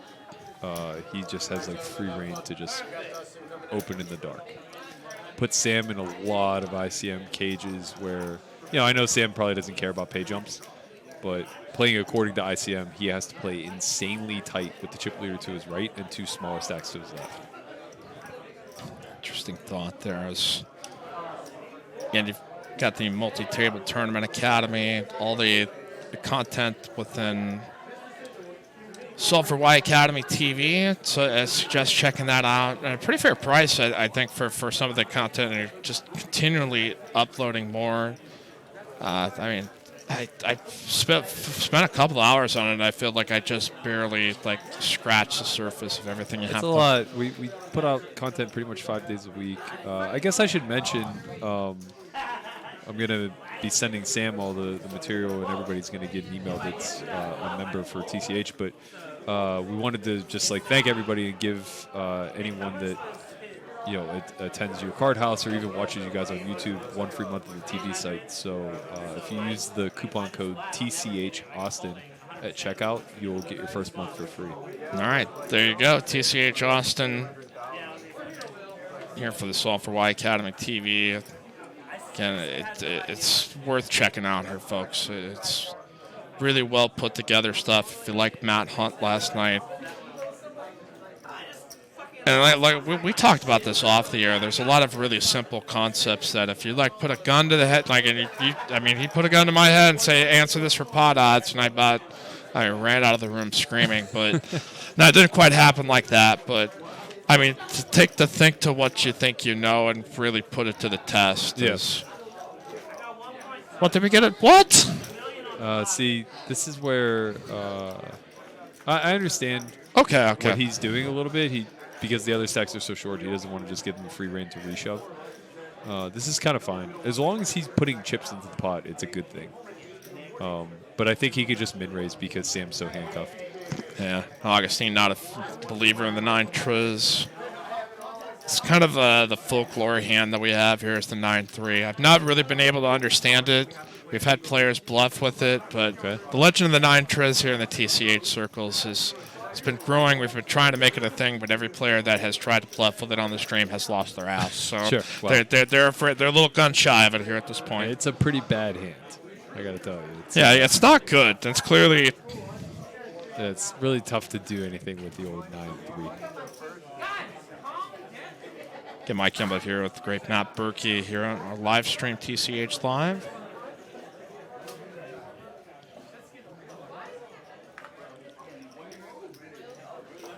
Stick to the plan. There it is. Can't stop. Oh. No.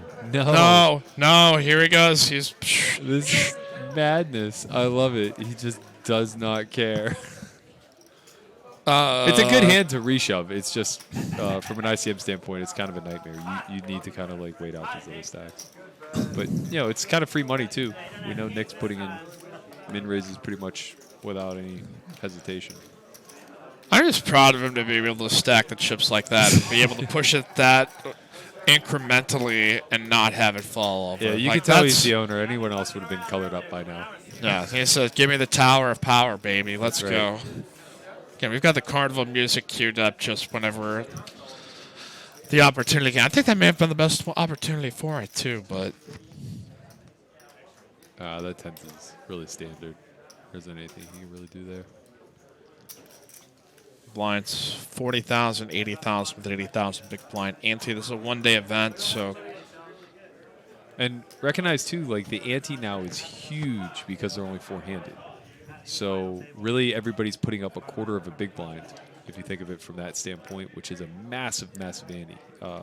When we used to do standard antes, the common would be 10% of a big blind, or at most 12.5%. So especially these 9 big blind stacks are very incentivized to be aggressive. all right, ace-8 and king-9. Bobby going to shove. King-9 calls. Off flops him. This could be the end of old Bobby Boy here as 8 comes here on the end. He's been eliminated just like that. We are down to 3. Bobby looks very familiar. I don't know where we possibly would have played in the past, but I said it to him when I was playing with him earlier today. He looked incredibly familiar to me. And you got a kind of a weird hand on the cash game floor before the stream started. Do you want to elaborate that? Because there was like an all-in and a call, and you don't have to talk about it, but it was one of those things that it showed up in video, and it's like, I don't, okay. So for anybody who's been around the cash game scene for the last decade and a half, 2 decades, young man, Peter, I honestly don't even know his last name, was a very known angler, we'll say. Okay. To say the least. And I was playing 5-5 prior to the stream, just having some fun. A hand came up where I called a raise on the button with king 10 suited, small blind called, young man squeezed from the big blind. I called on the button. The small blind then shoved for $1,100. Young man slid a bunch of chips forward and had like 1,500 total. 1,400 total, maybe. So like $400 or $500 more than what the small blind shove was, and I put in all my money too. So the dealer puts out the flop. Nobody says anything. As we see here, I got king 10 and against kings. King 10 against 10s. The graphics are wrong there, though. The board has read out that the river's actually jack. He made a straight there, I think 9 to king. So Augustine has effectively doubled up. So just ignore the graphics you see right there on the screen. We're working on that, but pretty standard hand. I think there were three-handed right there. Just a shove call. Yeah, for sure. Very unlucky again for Sam to lose with 10s. Just screaming hold as that never seems to work. As we'll count up the chips here, but yeah, anyway, the flop came out, nobody said anything. Turn came out, nobody said anything. And on the river, I made trip 10s, and I just said, that's me. And I foolishly tabled my hand first. And once I tabled my hand and young man realized he was beat, he then alerted the dealer that he never technically went all in and was trying to enforce that it was not a binding bet and he should get to keep the $400. And this is a move I've seen him make many times in the past. Somebody was actually videoing the hand because they wanted, for me to do the vlog. Just because there was a big hand that was developing. Also, it was, but it was very obvious to anybody watching the video that this was planned. He put out exactly to the dollar what the small blind shoved for, just knowing full well that we were going to treat it as an all-in because stacks were very, very close, and he was going to have that in his favor should he lose the pot. I've seen him do this before. It's an age-old angle, and he's just free-rolling me there because if he wins, I obviously pay him the full $1,500 double up. Right. When he loses, he claims he only loses $1,100. So scummy stuff. The floor handled it very well. They said intent stands. It's on him to stop the dealer if he's actually not all in. And I was awarded the remainder of his stack, which was very nice of them. Yeah, that was always nice to be stacking chips here at Texas Card House. Check out our website, texascardhouse.com. But the thing is, too, like if it's not somebody that I have history with being an angler, I would give him the benefit of the doubt. I don't care about the $400. It doesn't matter. But it's like he wasn't playing dumb. It was a very clearly like a pre-planned thing.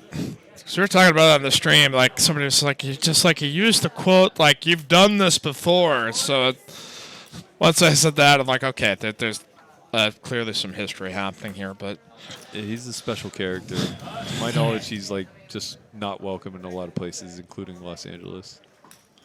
boy, it's got to be pretty bad if that's the case. Holy moly! All right, ace-8 raise here for neighbors. I think he could just open shove. And Carnival Sam going to shove here with ace-king. He's having a good old time right there. He's got some Tito's, some Red Bull. Is that maybe Mountain Dew? He's been chugging down the Mountain Dew, so he's feeling the sugar rush here, and he's holding on for dear life. And got to double up here. This is as spirited as I've ever seen Sam in my life. Like, he's usually very nonchalant and just kind of like, but here, I think it's a big weekend for all of us. So He wants to win it, man. See, yeah, I can't believe this is incredible. All right, so he's gonna get up to 1.5 million. What's the other stack? Roughly the same. It's what Augustine was it? Or Yeah, I think he. Has yeah. about the He's same. Okay. So 1.1 million, 1.5 million. We still have kind of an all-in fest, but Nick has to be a lot more careful. He doesn't want to double anybody. Basically, if he doubles Sam, they just switch stacks all over again. again. If you like what you see, make sure to hit that like button, subscribe, turn notifications on. And 5-5 no limit tomorrow night as Berkey and the Chin here into the game, and should have some of our favorite TCH faces here. It's been kind of fun to develop our community and turn the people that we've known into personalities around the game. And no bigger personality than our guy Uncle Sam is. I want what he's having, honestly. All in. Come on, push. Oh, no. No, you didn't do that, did you? Okay, all right. Called. Okay. What? We'll see 3.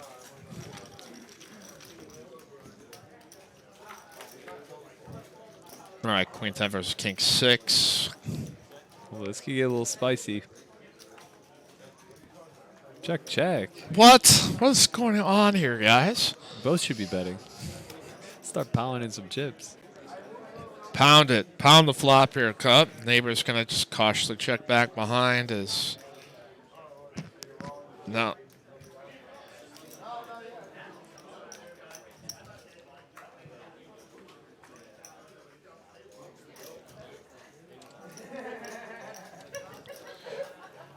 Okay, well, that was not as interesting as it could have been, but nonetheless,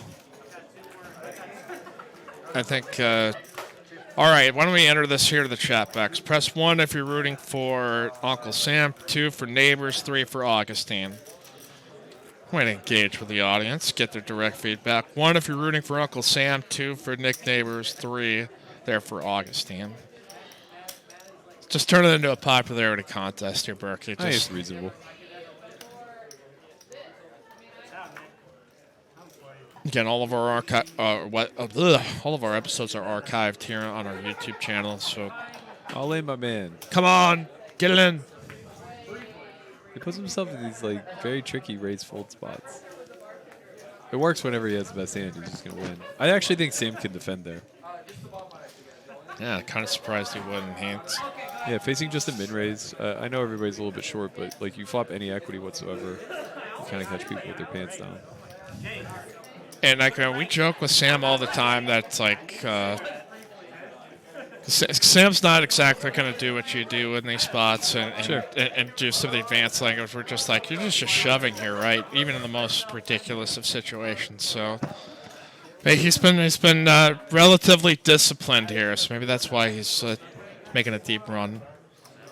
And one of our founders here of Texas Card House. And his neighbor's going to limp. Sneaky, sneaky. I think after showing the ace-8 last time, this is a good spot to actually raise the ace-king because both kind of play as a trap in sort of the same way. So I don't know that he really gains all that much. I don't think he's going to get shoved on light, especially from Sam and Augustine. They're just going to see flops. Probably a better bet Sam may try, but I think their suspicions would be up in this particular spot. So, all right, top pair here for Neighbors. Again, Augustine, nada.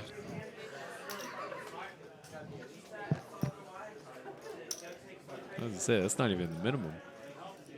Yeah, that's 40-80, right? Still, yeah, that'd be the 25K orange chips, the 5K pinks. So, okay, yeah, we're still here. There was somebody asked a good question here about how much how much time that you're spending within Solver Y. Because obviously, it's your passion project. You've got to coordinate with a lot of people. There's so many different elements. But like, can you take what is like an average week for you as far as the content world, the poker world? Like, Yeah. what does that look like for you? It's a lot. I mean, I'm putting in a minimum solid 40. I record the vlogcast every week. I record an episode of On Second Thought every week. I record a course every third month. I record high stakes hand review every month and a few other things. So pretty much I'm recording like minimum once a week, sometimes twice. I'm doing just like a lot of studying on my own, and then content development, like framing it out.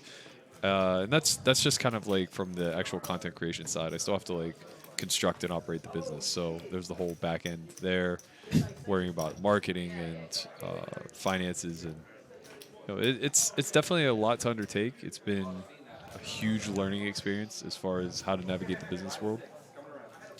Sam's just sitting out, by the way. Oh, he may have just tried to take a smoke break. That's strong. Try to reload his drink or something. Yeah. That is This is a pretty big spot for Augustine to like try to steal, but honestly, Nick should shove any two cards. He shouldn't even look here. With the big blind sitting out, there's just way too much EV in this spot. If Augustine's not jamming, he probably doesn't have anything. Like, just be all in. Force him to have a hand to call with. Neighbors thinking about it too. As It's weird because like you don't want to jam 5 deuce and be wrong, but like it's just worth a lot of money to do so. yeah, he's done a lot of things like that in a cash game, a little more It's easy when you precise in decision making here. I think in these tournament spots. Yeah, I mean he's the chip leader. He really needs to leverage that stack. They're the ones who have to be concerned with pay jumps and things of that nature. With Sam sitting out the big blind, I mean that's free EV that's out there. Sam might have been out just doing like a victory dance or something like that, just rallying the troops, and you got to high five a lot of people. Sometimes we're sitting out of blind just to get that good mojo flowing. Right. Get the run good going. But yeah, that's fast. It's certainly a lot of time. Check out the vlogcast that Sulfur Y does on their YouTube channel. Again, I subscribed and I'm trying to catch up with some of them. Like it is like the last one that he did with Chen was fantastic, and I think anybody who's ever tried to approach the relationship side of things has that kind of version. As boy, here comes the force. See if Augustine wakes up. No, sir. Coming for you, Nick. You open, I'm shoving. And Neighbors got no hand.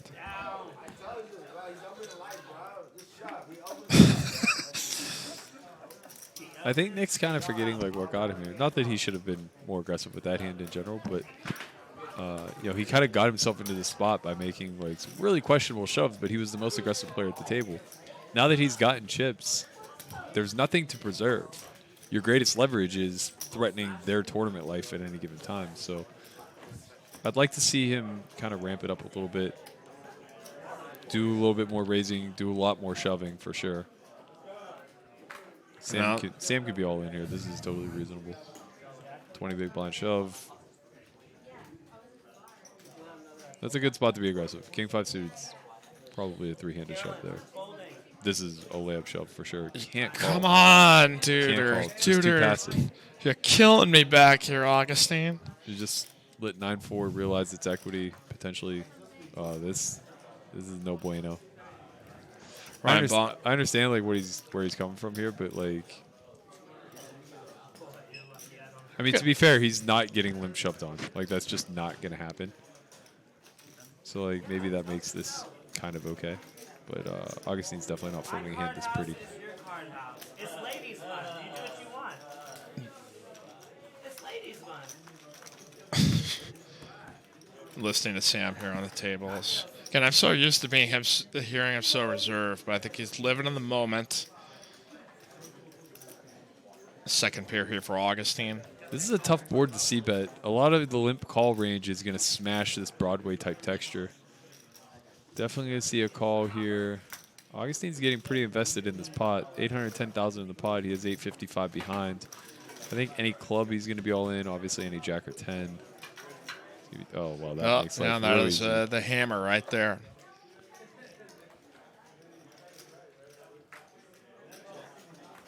There's no real path for 9 high to even continue bluffing at this point. Him making a 4 is a pretty good event. If I were Augustine, I'd bet very, very small. Something like 200,000. Just hope to get called by ace high. It's a little bit too big. Can't really be bluffing for this size. You would just be all in if you were trying to run a bluff. Also, like, nothing in your hand really misses here. All of your spades just check, shove, flop. King, jack, check, shove, flop if it doesn't get it in pre. You really want to just try to represent that you have, like, a bad misdraw, like jack 9 or maybe some ace highs. The construction's pretty weird. I mean, this is a very clear fold from Nick.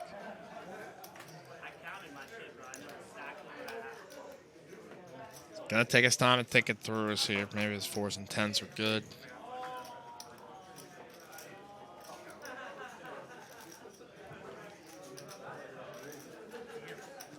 I mean, he really just needs to go all the way back to pre-flop and just recognize that, like, there's no bluffs left. Ace highs should have either open shoved or check or limp shoved. Any spades should be check shoving the flop, even if they're bad spades like 6, 7, 7, 8, something like that. You have the 9 of spades. That's a pretty negative event. You block some of the hands that he could be bluffing with. All pocket pairs should be all in pre-flop too. He just has a queen or a 10. Really, really, really high frequency. The hands that are most susceptible to be limp calling here are like suited Broadway hands, offsuit Broadway hands. I know this Nick kid to be pretty sharp. We'll see how sharp he is if we can get away from this. It's made a lot. I mean, yeah, it's been kind of an erratic final table as far as I think like all of the really sound players have got knocked out early. He's just assigning way too many spade type of hands to Augustine here, and he just can't have spades. You have the 9 of spades, which is a massive removal card here, because like 9-8 of spades would make sense, 9-7 of spades, even 9-6, whatever. But yeah, he would just be all in with so many hands that could have landed on this river as a bluff. That one pair is just never going to be good. And this is the kind of work that you do, obviously, with the multi-table tournament academy, with when you bring in the live students and all that kind of stuff. Because, I mean, when you're teaching some of these too, that you've got like 2 tables going on. I was watching one of them, or Yep. Just kind of describe what the experience is as far as what you're going through here. As we're seeing the chip ups happening. So the day breaks down into half. The first half of the day, first 3.5 hours, we go through fundamental theory. So for the cash side of things, it's more so just like digging through the basic principles that navigate or drive the vehicle that is poker, I suppose. So we're talking a lot about like the underlying math, the pot odds, range construction, how we select our hands, what principles of those hands are important. Wow, Sam's sitting out again. Okay, again, Nick should just be all in dark. Yeah. Augustine, well, it's a little different. I forgot. Okay, he won maybe that. he's coming back to the table. I think he was going to the peanut gallery. I forgot he won that last pot. Okay, so Neighbors is all in. We don't know what he has. This is a big shove. He only covers Augustine by $500,000. It's very reasonable for him to call off with ace-9 here. If he had just open shoved, he just wins that pot. I think putting himself in a raise fold situation is pretty tough. But yeah, then the second half of the day, the students just play. Christian and I go in the booth. We have a setup just like this where the students are playing on RFID. And Christian and I are just dissecting the strategies that they're employing, kind of cherry picking what they do well, what they do very poorly, things that they can work on moving forward, and it just ultimately becomes their biggest study tool. It becomes a nice measuring stick too, where as they kind of grow, they can go back and look at their academy footage from 6 months ago, a year ago, whatever the case may be. Be like, wow, I can't believe I was making those mistakes. And what are the success stories like for you? Because I know you're teaching and coaching. Like, Yep. do you find the rewards in it really satisfying, or what is that like as a teacher as you've gone through that? I mean, it's amazing. It doesn't really come necessarily as clearly as you would think. In the sense that like it's unlikely that we're just gonna wake up one day and we're gonna have a Fedor Holtz on our hands. Not to say that that's not Possible, but it's just like the live realm is just so much slower to traverse. You know, it's so much more difficult to go from 2.5 to 200, 400. But yeah, we've had a lot of people who take the game incredibly seriously, be it as a weekend warrior or as a serious professional, whatever the case may be. And a lot of them have just gotten substantially better. You know, we've turned losing players into winning players. We've turned our best success stories are probably the high winning players who have quit their jobs to take poker on as a career, like Fausto Valdez and Gerard Sukram. Chris Konvalenko is another good example of somebody who came through and is just like doing very well for himself. So it's like, you know, it's not the glitz and glamour, right? Like our Sure. best success stories are everyday grinders who are living freely and Yeah. and making a good living at this game. And I think I brought this up with Hunt that there seems to be like this unspoken conspiracy that, oh my God, you're going to have teaching sites, the level of play is going to be extraordinary, and everybody's going to be. And I think the point you brought up there is just like, yeah, you can tweak some things, but like the long-term growth of the player, it just takes so long. It's so long, it's so hard. There's so much that you have to understand in the game. Sorry, I'm just The game and learning like just doesn't quit. So like I was actually having this conversation before I came in to commentate. I actually don't think training sites are making the game more difficult. I think they're making the game more stable. So I actually think what ultimately happens is they slow down the losing rate of the bottom third, assuming that some portion of that bottom third is investing in themselves to learn. And that doesn't mean suddenly that they go from like a 4 big blind loser an hour to 4 big blind winner an hour. It's more so that they might go from like a 4 big blind loser an hour to like a half a big blind loser or a 1 big blind winner. yeah. And that's actually very great for the poker ecosystem because those people are feeding those other pros who are making a living, and they're being fed also by people who are losing slightly less than or slightly more than them. You know, the guy who's losing like 1 or 2 big blinds an hour. So I think it creates a lesser gap, let's say, between the middle 80% of the community. Those that are winning at a fair rate, those who are losing at a fair rate, and everyone in between. It creates more of the in-between. Yeah, that's a. think Sam's having a good old time here. That's. People ask her, why is he getting out of the seat? Because he's high-fiving his friends. It's kind of cool part when you have friends. They want to support you. And here was Sam with top pair. And I think a lot of Mountain Dew in him. Yeah, I think Augustine could have open shoved this hand. Yeah, I was kind of surprised not to see that. Three-handed, you know, you can start shoving at a much deeper rate. Again, like the ante is massive. So they're each putting in 1/3 of a big blind since it's a big blind ante, which drastically incentivizes loose play. Top pair again here for second pair here for Augustine. And we're hearing shouting outside of the floor here all night. It's 3:45 in the morning, and it's like Mardi Gras outside our door right now. No, I wouldn't say it's that extreme, but it's just like the spirit in the room is alive and well here for the 5-year anniversary. Happy birthday, Texas Card Houses. When's the cake coming? Yeah, when is the cake, right? There should be cake here. Wasn't it like that scene in Office Space? Like I was told there would be cake. Like I was told there would be. Milton. Like Still a little salty. I had a stapler here. Somebody else needed one, but like, why does a dealer need a stapler? It's like, it's personal to me.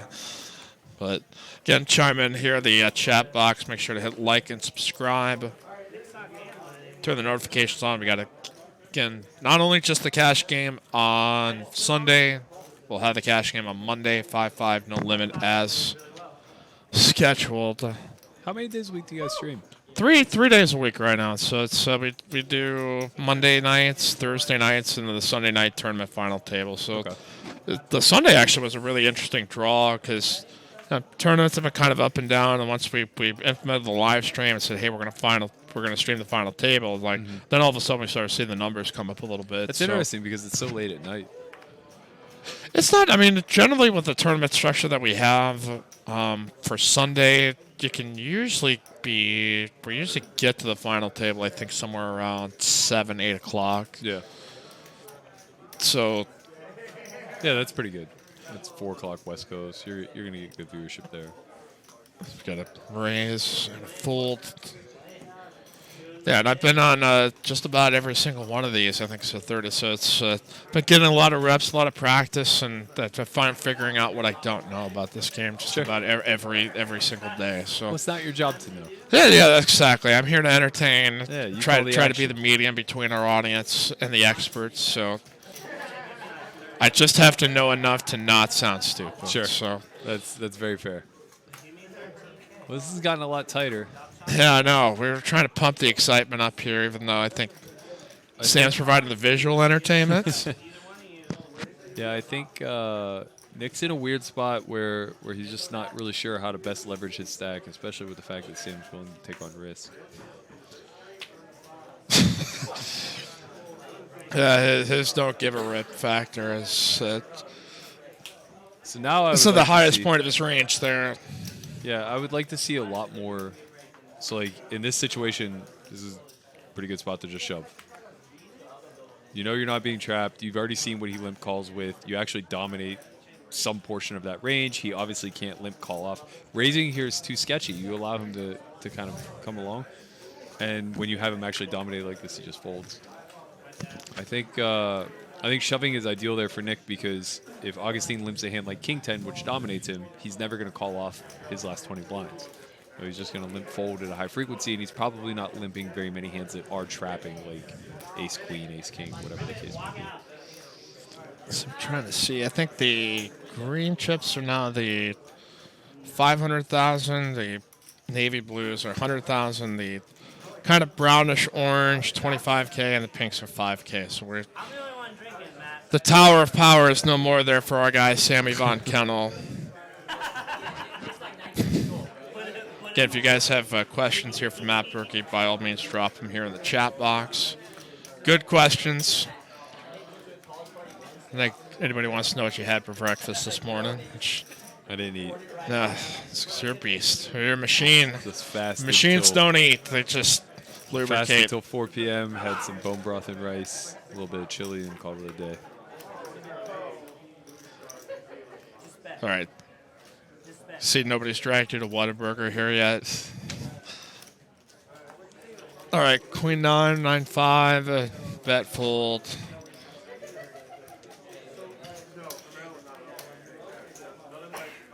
Again, I got up about like 6 this morning, not on my own terms, so just happened to wake up and couldn't get back to sleep. I was excited for today. It's going to be a big day. So You've been up since 6 a.m.? Yeah, And you're coming back at 10 a.m.? Yep, coming back at 10 a.m., set up a deal, and I've been working really, really hard as far as putting a lot of the hours in the live stream. I feel like you should take a couple minutes and try to get these guys to go negotiate a chop just for your sleep schedule. Never. TCH never dies. We will never surrender. Not in the night, not in the morning, not in the day. Make sure to like, click, and subscribe. Not quite a rap or a rhyme, but just in time here on a Saturday, Sunday morning. I think Sam's to the point of bomber peaking right now. He's got to get it. He's got to get it in there at some point with something. I think he's right at that sweet spot where he's just the appropriate level of tipsy. Kind of the sweet spot. More like he's maintained that level of control, but now the gates are starting to open. I really would love to see Nick turn it on here. I don't think he understands having 2x the next stack, how much leverage that actually provides him. He can kind of just like be pretty free with his shoves and know that the worst case scenario is he just switches stacks with one of these guys. He'll still have a 20 blind stack. It'll still be very good for open shoving, reshoving. A lot of EV, taking a good strategy. Yeah, this is a shove. Boom. This is nothing but a shove. Good job, Sam. There you go. Just a casual little drop. Drops the mic there. So this puts him in the cage. I mean, he's going to have no choice but to fold king 6. And if he calls, somehow you have him dominated. The not-so-friendly Nick Neighbors here with king 6 suited. 20 blinds, this is like semi-close, but I'm pretty confident that it's a fold. If for no other reason, then you'd rather be the shover than the caller. In these particular instances, when you're the chip leader, find better spots to confidently call off, like your ace highs, your better kings. Do you remember having played against Sam? I know you've probably played so much poker. Like what that big one for the little drop? Sam was very different. Sam was not scared money, but it was a big moment for him. Both the day before leading up and then when we finally got to the final table, like, he wanted to win very, very, very much. And yeah, he just kind of got himself into a tricky spot where I had an overpair. He had... It may have been, I can't remember if it was a 7 high board or a 9 high board, but basically it was a 3-bet pot where I had 10s and he had 8s. And I was able to stick the check shove in against him. Yeah, all in. Good job. Yes. There you go. Yes. There you go, Nick. Nice work, Nick. Just disgusted. Doesn't have anything to call with. More of that. They can never call. It's so hard to call. It's not hard to call our front desk, though, Matt. Phone number is 512-956-7156 if you want to get on the list for any of our TCH live games. Before we move it here to TCH, or excuse me, to TexasCardHouse.com, a lot of people ask, how can we get in this game? We had a guy come in from North Carolina, was just visiting, got on the live stream. And I know there's a lot of other people that, hey, you're doing some traveling, maybe you want to come through the Austin area. Yeah. We're going to move the signups, I think, through TexasCardHouse.com or launch that at some point. So keep your eyes on it, bookmark it. Come on, get it right in there. All in. This is a reshove hand. Yeah, you're all in. Come on, do it, man. Do it. Do it. Do it. I found Channing sometimes gets him to do it. I know we're on delay, but...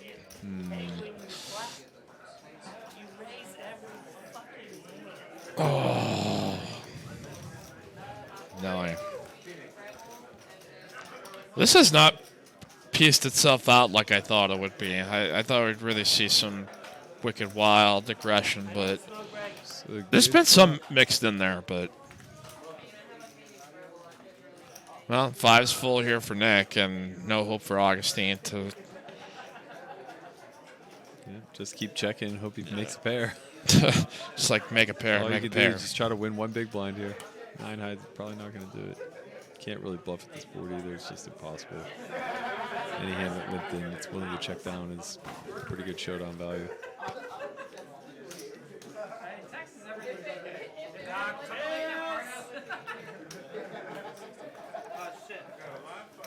It's pretty open and shut case here, three-handed. As next player to bust is going to be $6,200 in the bank. Second place, $9,000, and first place tonight, vying for $13,500 here in the late, early Sunday morning hours. How you guys doing, your loyal viewers? Hanging on by a thread. I know some of you are all outs in all parts of the world. People from Portugal, from Finland, from Sweden, here in Texas as well. So that's okay. Well, a sloppy all-in, but an all-in nonetheless here for Carnival Sam. There it is. There we go. We got the matchup. Let's see, what do we have here, fellas? This is gonna be like, sir. I saw 4 of diamonds. I don't know what he has with it. Either an ace or a 4, I assume. Maybe a king. Read it. Dustin. Good dealer here. Going to be like, hey, we need to read your hand here, Uncle Sam. Yeah, it sounds like it's ace 4. Okay, ace 4 versus ace 8. All he just needs to do is find a 4. Will Uncle Sam, the people's champ, founder of TCH, find a 4 here in this deck against Nick Neighbors? Here we go. All right. Just one more slap down for good measure. You know I hit a 4. Honestly, Helps the run good, I think. Can't hurt. I'm good. Wait, watch. Just watch. If there's Dealer already counting down Sam's stack as if he there's won. not a 4 on this flop, Gotta tell you, it's not gonna matter if he doesn't find a 4. Either way, I think Sam will be happy. Maybe we can get him in that cash game either on Monday or Sunday. So I think he might go fall asleep for like a day or so.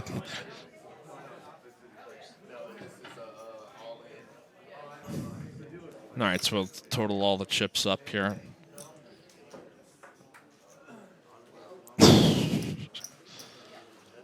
Let's see if a 4 comes first. Come on. Let's Well, now he's got 2 suits, so he's got 2 flush draws. well, I just mean, you know, Exactly. we could spare the delay.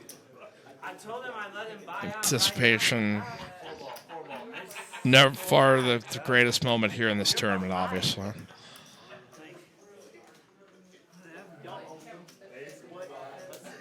Can Uncle Sam survive? Yeah, bro, like, Keep the carnival in town.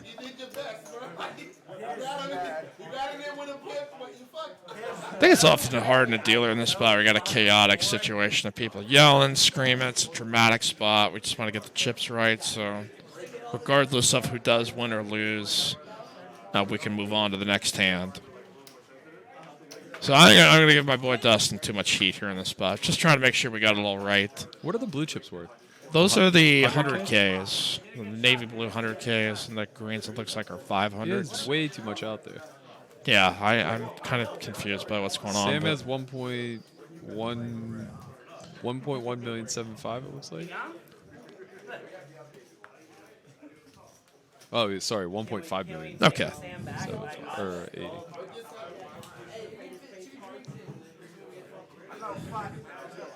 Milking this moment here as I think Ryan's probably a little cautious now. We got a drink on the table and a cup. But we trust Uncle Sam here. We should be all right. His cameras are on. Here we go. Finally, the moment you all been waiting for. Can he find a 4? one flop. Quattro! Oh, we could get a chop here too. Oh, you gotta be kidding me. That's a win.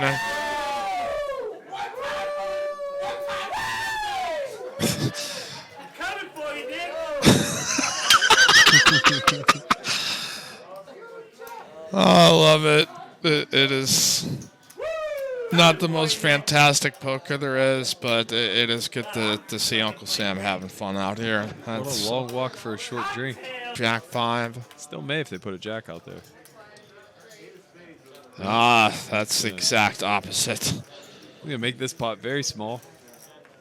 Probably check again on the turn.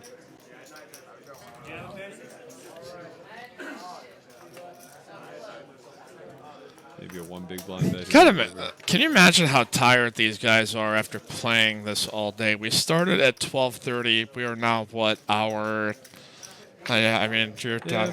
Winner is gonna make about $700 an hour though. That's not bad. yeah. So you'll bad work return. for put clock in for that amount Sure. per day. Let's get 13,500 here for first. Everybody wants one. Sims- I w- Oh, I was afraid he was sitting out again. Yeah, I was gonna say like you can't keep doing this.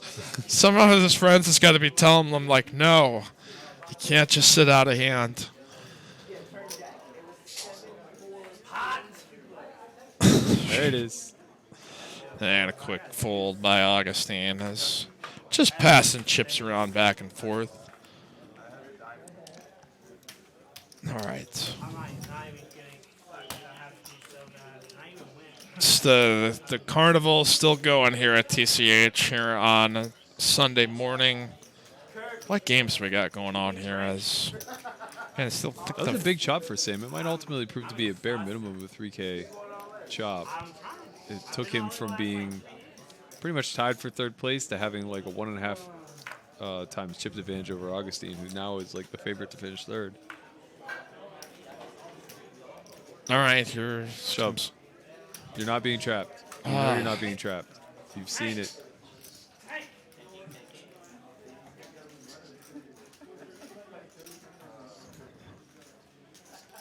These big blinds are so critical to just pick up without any. There you go. Good job. There you go. Just going to shove on him. Said no cheap flops there, sir. I mean, I can't. Nick's perceptive enough to pick it up. Yeah, I can't reiterate enough how big the ante is. So when you're paying effectively 2 big blinds every time it's your big, and it comes around every 3 hands, that 8 big blind stack turns into 0 very, very quickly if you're not aggressive. Augustine needs to be open shoving every opportunity that folds to him. He could have shoved there, even though his hand is pretty poor. He certainly should be looking to shove this button, Yeah, especially with Sam sitting out. Why did Sam play his button and now sit out the big blind? He's coming back to the table. He's got his friends there. They're having a good time. I think he's in the vicinity of the table. I would shove dark if I were Augustine. Yeah, it's way like, too much EV in this spot. If I'm in that spot, I'm not even looking Just at my shove. hand. I'm just because it's like, how do you expect to survive the rounds if you don't pick it You up? got to be all in here. To grab Just raising chips push. is great. Oh, he has 7 deuce, so he doesn't have the courage, but he only has 8 big blinds, so instead he calls. Oh, no, he raised. Yeah, to 250. race it up. So he job. gets reshoved on. Oh, my God, Sam had aces. He had ace something. He had ace I'm X. pretty sure he had aces. That can't. This is. I'm almost positive he had ace of diamonds, ace of spades. Okay, I'm looking. Okay, I'm gonna rewind it because I got the YouTube. It flashed out very, very, very quickly. This is not real life right now, right? I've dreamed this. We are clearly in an alternate parallel reality where none of this is real. This is like a Rick and Morty episode gone haywire.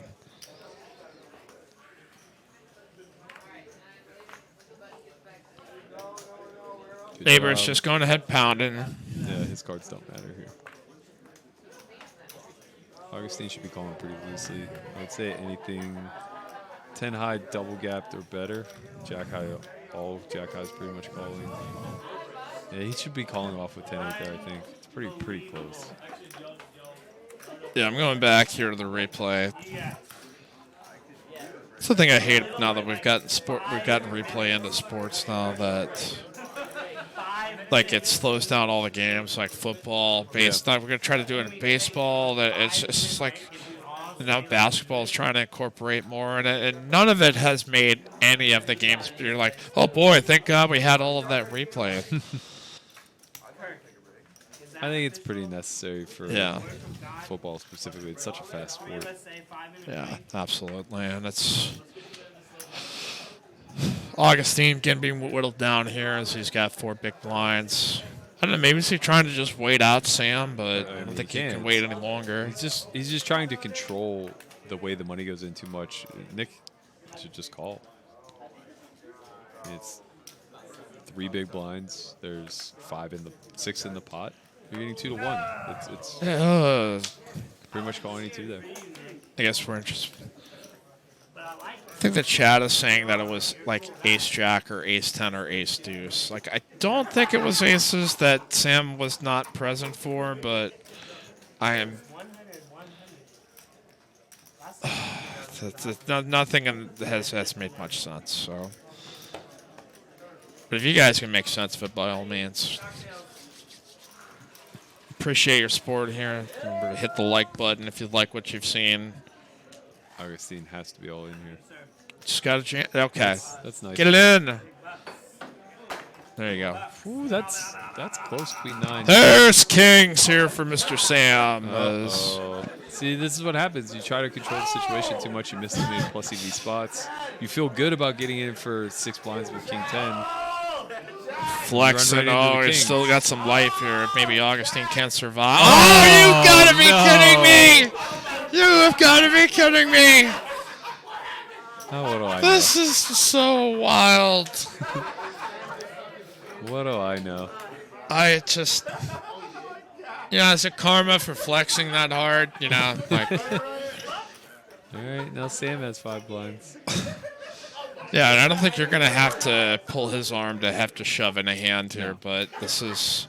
But again, it's just such a profitable spot for Nick. He can continue to just be all in dark. Risking such a small portion of big blinds relative to his stack. Relative to the chips in play, even. The chat is exploding right now. They cannot believe it. That is a very, very unfortunate turn of events for Mr. Sam. Again, third place will knocked out. It gets 6,200. Second, 9,000. First place, 13,005 here in the final table. We had a really great field here. We had over 202 entries into the tournament. And I think we are like on hour 13 or 14 here at this point. Oh, man. You shouldn't even be looking. It's just, when you look, you lose the courage. There just we be go. all in.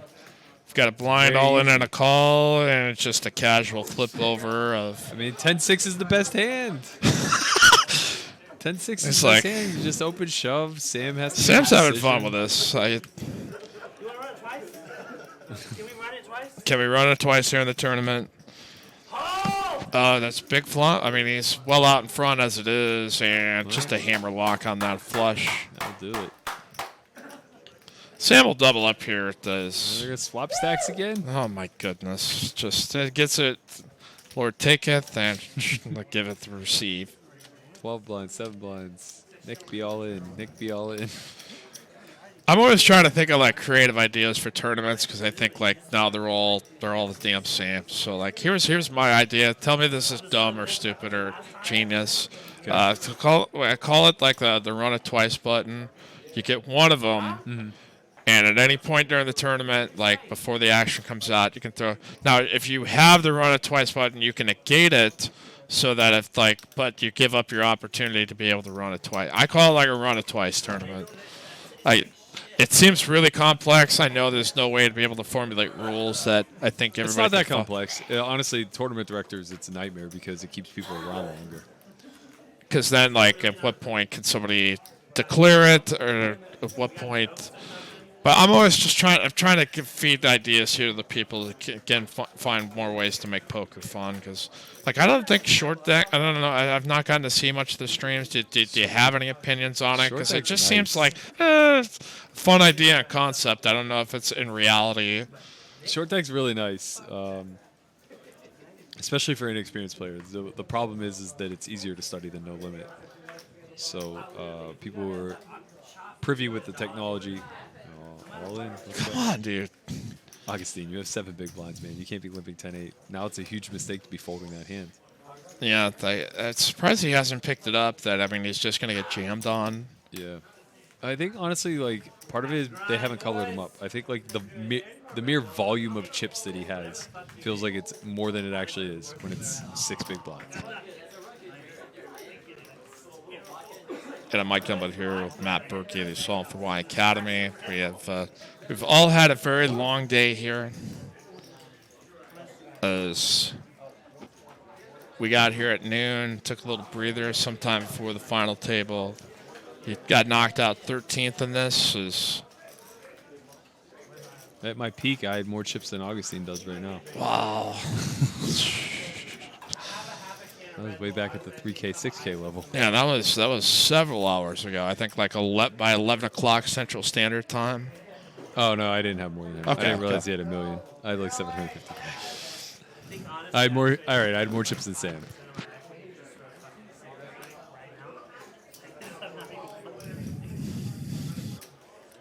All right. Come on, here we go. Come on, Nick! Probably going to chop this one up. Got you this time, baby! 5! You can see the equities run really close here. That's largely just because they chop at such a high frequency. Oh, that's- Whoa, a little bit for everybody. Sam on the ropes. Oh, he Behind gets it on it. the riv. Well, let's Sam celebrate here and triumph and victory. Double up off Nick. Man. All right. Nick doesn't really need to slow down. He didn't lose that many chips here. He still has a commanding chip lead. I think we have to go here to my good friend Red Bull here at this hour, because it looks like we may still be here a while if we're just going to keep trading chips back and forth.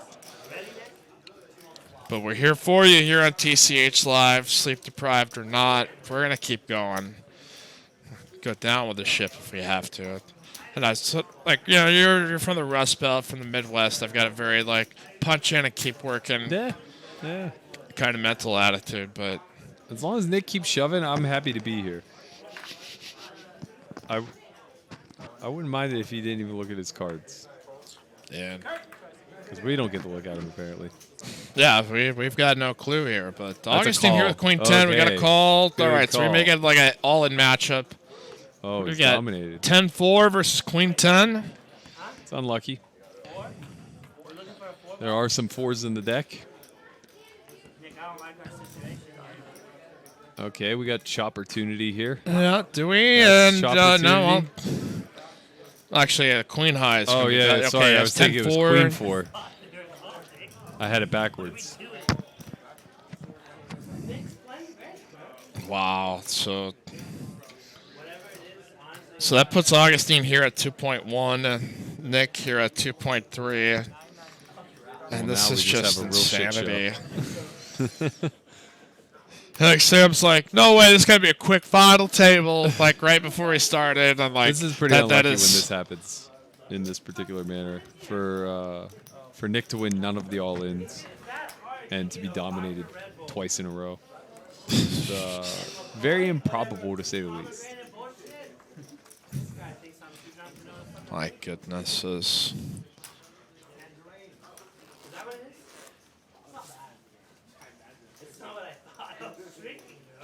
I mean, this has become the Sam Volcano show here at this point. I'm just listening to some of the hijinks here at this point. There's So the it's gallery gonna still out in full force. be kind of interesting to see how they now adjust. There still really shouldn't be very much raising going on. They're even in stacks now. So whoever's willing to be most aggressive and whoever's willing to finish third has the greatest probability of winning this tournament. It's just kind of that simple. Variance is going to kind of choose who the winner is in a lot of regards. But what I can guarantee is the person who tries to play the most patiently is going to be the one who finishes third. Okay. We are in the 27th level of 50 and 100,000 with 100,000 big blind ante. As there, according at least on the structure here, there's no other level listed after this. I was going to say, they've been playing this level particularly for a long time.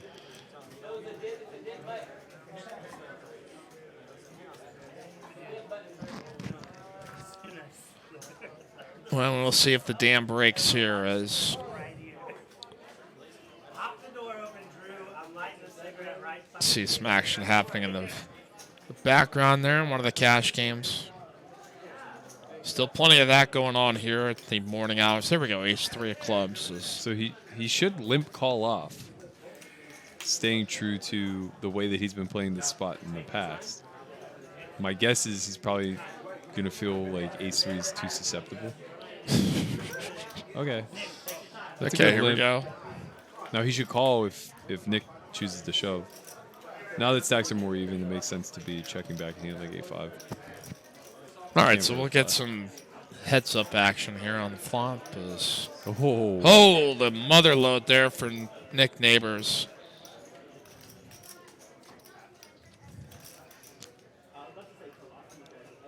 kind of a good spot to check back, actually. You know that he likes to limp Broadway hands. They completely missed this board. Pretty lucky that he chooses to call one. I mean, he does have a gut shot to the low end. A club here would be real nice for Nick. Ace obviously would be very nice.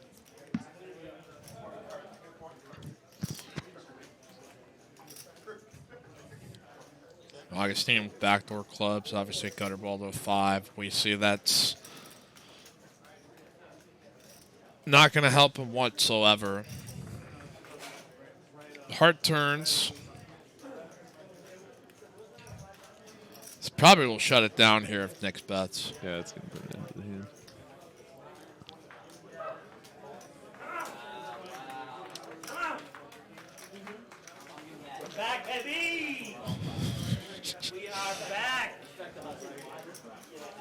Again, 5-year anniversary weekend happening here at TCH. 5-5, no limit tomorrow. Here about 6 o'clock. 5-5 on Monday night is. Like I said, we had that game on last night that wound up becoming 5, 10, 20, 40. Like,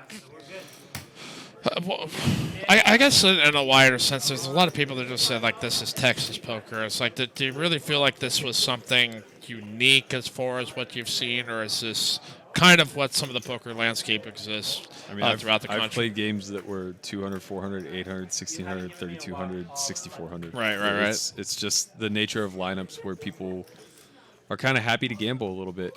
And I think that tends to be a good thing when it's not about making sure that everybody is pushing little edges and whatnot. So, yeah, I mean, it's. I guess maybe I rephrased that wrong, because I think it's more stylistically, is there something more unique? Because gambling is gambling, and it's going to exist like everywhere. But was there anything you just saw uniquely that might be more predominant in Texas than you would see in some of the other areas that you may play? I just think that like the good players here are much more accustomed to playing multi-way pots, so they're willing to give a lot more action than they otherwise would in. That's a good answer. Maybe other games. I without knowing, I would imagine that a lot of the good players here have some struggles when they go to Vegas because the games are very tight. Yeah, I think I hear that lamented a lot. They're just like, what in the hell is going on here? And you tend to push things. Like, you try to force your way through. You try to cold call 3-bets, expecting them to be 3-betting widely, and it doesn't correlate 1-to-1. It creates a lot of errors on the new guy's part. Well, Sam here with that poor man's liver has got to be going through so much sugar right now. That is pancreas or having a hell of a time, though. I wonder if he knows it's on him.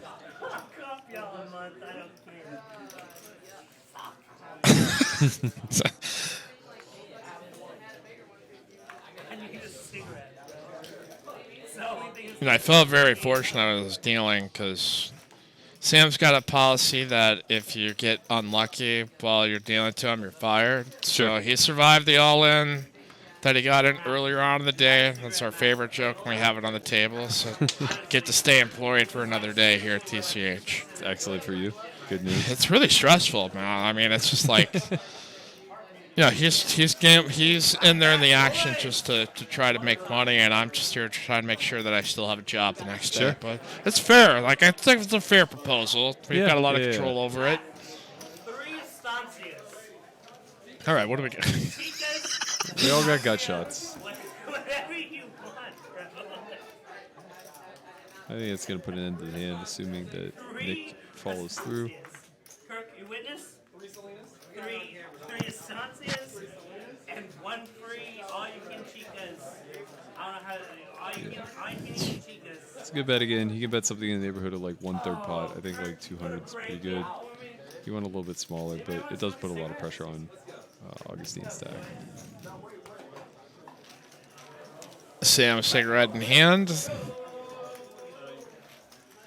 We'll take a breather there as... Again, on here on TCH Live, chime in here in the chat section if you've got any questions here from Matt Berkey. Reliable, good, decent, awesome questions. Shout out to Ernesto, a.k.a. The Way. I know we had a... Have you got to check out any of Wes Cutshall's stuff? I know it's tough for you as... I like the way that he films the vlog. It's kind of cool to see it as a... almost like a sports replay of sorts, like a point of view kind of sports replay. I think he has like a very unique structure to the way that he does it, which is compelling to watch. I think these guys may be taking a time on here, so we're going to have to shift the focus here of the show again here for the Solve for Why weekend. So how did this whole thing start? Like, I know that you probably have told this story before, but what sparked it? What influenced it? When did you get started as far as getting it off the ground? Sure. So I guess the initial idea probably started way back in 2014 when I very first started working with Christian as a student. I had built an RFID table just kind of to have at my house and to mess around with a little bit here and there. And I invited him out for a week where he, myself, and a handful of my friends who I have a lot of respect for the game, we just played Sims every day for 7 days. So we would play like 50 cent a dollar for like a week straight. We would play for like 5 hours, and part of the back end software of Poker GFX is you can get hand histories. So we would just run them through a hand history converter. We would just rewatch the hands through a replayer. We would just kind of study the spots and say, like, what were you thinking here? And this is in a large way like pre-solver. I think the first solver actually came out like maybe late 2013, early 14, but like they weren't really on the market till like 15 or 16. So we were just still kind of going about it the way live guys go about it, anecdotally looking at hand history, saying like thought this about you in that spot, and I don't know, it just felt like really beneficial. I felt really locked in moving forward from there. I know it helped him a lot as a student. And about a year and a half later, after that, I was in the midst of a pretty bad downswing in the big game. I'd lost about 5.5 million straight over the course of like 26 or 27 sessions. Whoa. Yeah, I mean, Yeah, for the stakes. Yeah, it seems like a lot, but like at any given time, we were playing anything from 300, 600, 1200 to like 2K, 4K. So the stakes were so variable in nature that like when it was all said and done, it was really something the equivalent of like 25 buy-ins, which in live poker is absolutely kind of nothing. But at the same time, you start to question your own chops. You wonder, like, am I running poorly? Am I playing poorly? And obviously, it's almost always a combination of both. Christian and I just started like talking. We were like, hey, like maybe it's time that we start to be a little more concrete about this stuff, and let's start writing our strategy down. Let's start, doing a little bit more studying, doing a little bit more training, and things of that nature. So towards the end of 15, we started doing that a little bit more together. And by the time middle of 2016 rolled around, it was just like, I really think we can help live players. Like, I think we have a path to kind of demonstrating to them like what's necessary in order to navigate this complex realm where you don't really get immediate feedback that is reliable. So we started building out like what we would want as live players if we could go to a guru and say like, teach me what the next step looks like. And out of that, the academy was kind of born. So in 2016, I think we ran 3 academies. 17, we ran, I believe, 7. And then after that, it kind of caught by fire. So we were like, let's scale this thing. Let's actually build a training site, see if we can insert ourselves in the market. So what's the next challenge for you as far as, okay, you've built up a lot of content. Where do you feel like it's going? Do you have any like long-term visions as to, is it just about gathering more students? Is it about content? Like, what are some of your long-term goals with it? In the short term, I really want to provide as much streamlining as humanly possible. So I always compare it to a gym analogy where there are a lot of people who want to get in better shape and get in better health. But the second they walk in the gym with no plan, they're just immediately overwhelmed, right? There's all these machines and like how many reps am I supposed to do? Yeah, there are all these people in better shape, and they just have no idea where to begin. They have no idea what their end goal should look like and everything else. So I want to figure out a way to streamline that guided training, and just no matter where you're entering from, we have something for you, and it's very clear what your step-by-step process is. Long term, I want to try to take that template into other markets. So I feel like poker is very unique in that we're some of the best problem solvers in the world. Real-time problem solvers nonetheless, right? Yeah. So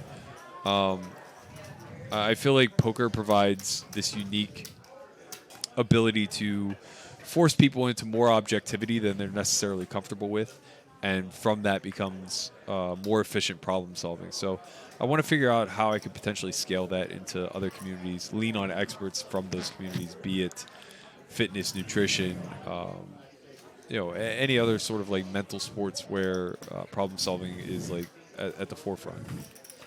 Yeah, I think that is the next frontier as far as mental training and performance training, and that you have to kind of look at what, like we were talking a little bit baseball earlier. It's just Yeah. like it's kind of a bit of like sports psychology to a degree that Yep. everything is just so process driven that you can have some of these deviations where it's just like oh my god this, but like the best players that I've seen that come through these streams just they take one of the loss exactly the same way. Yeah.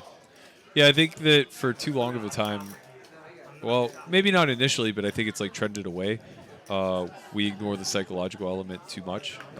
Behavioral psychology is a thing that is heavily impactful in most markets, and poker's no different. It's a market just like all the rest.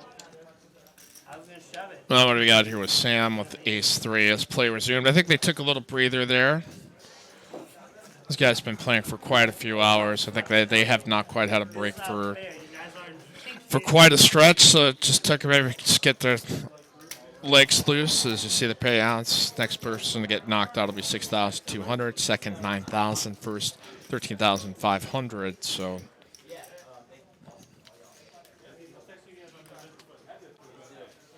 you guys are hanging on strong. We appreciate you joining us. All in, Nick. Come on, let's do it. My Deuces. man. There you go. Ooh, that's That's close. That's probably. That's really close. I actually would need to look that up. I'm not really sure. I think that's a call, but I'm not positive. See, even the smart I guys get stumped here in some spots. And I'm rather confident that that's a call. But yeah, I would need somebody to double check that for me. yeah.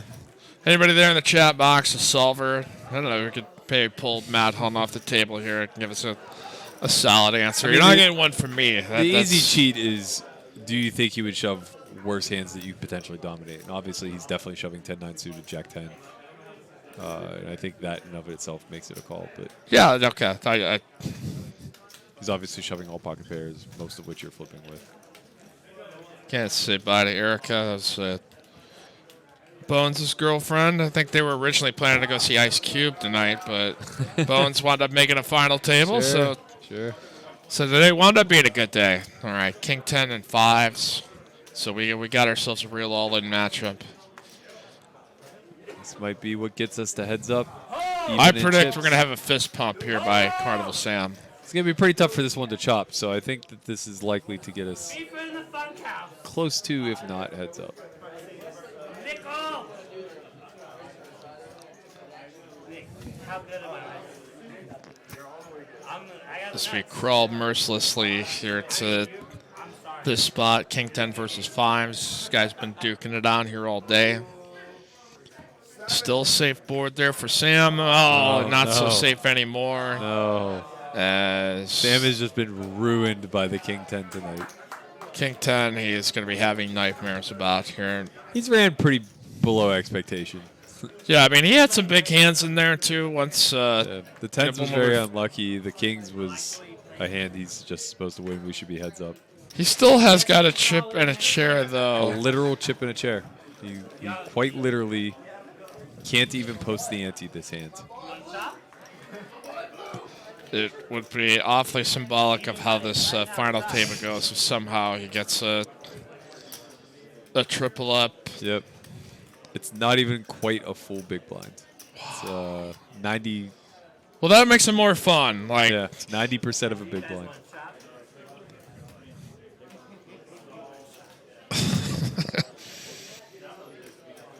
So Augustine now has about 45% of the chips in play. I think Nick has about 55%. Sam actually wakes up the next hand. oh, this is so sick. I think limping here is smart by Augustine. You do run the risk of tripling Sam up, but given how short he is, it doesn't really matter. Mick, don't show your cards there, Sam. Wait, what happened? Oh, I guess the neighbors maybe just decided to step out, so. I don't know what neighbors had, but if I Augustine. think there was like Jack 4 or something. Yeah, but like it's So half this a is kind big of blind. random. Yeah, it's You're kind of like getting any two. Infinite price here. So now. But like, he actually ends up folding the hand that has the greatest equity against Sam, and would have won. We would have been heads up. And he's going to survive. And he's going to have a big blind and a partial ante, it looks like. We're not trying No, to okay. No, it's over, because he's going to be the small blind, so... You can't Should've- kill Sam, man. Yeah. I'm all in. The kid's got alligator blood, as they would say. Get my chips. I can say that somehow because I'm like 34. I feel like he should have more chips than this, no? Okay, so how?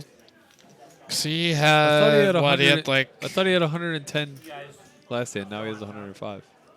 I think he had the 2 oranges, so he had 55. Oh, I So see. he's got like 110 right now. Okay.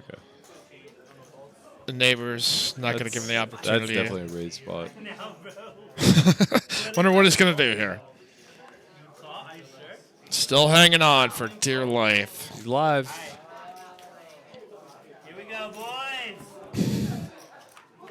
6. Fuck. 4. 3, 6. Come on. 3 or 6 or 5, and that's it. That's all she wrote here for Carnival Sam.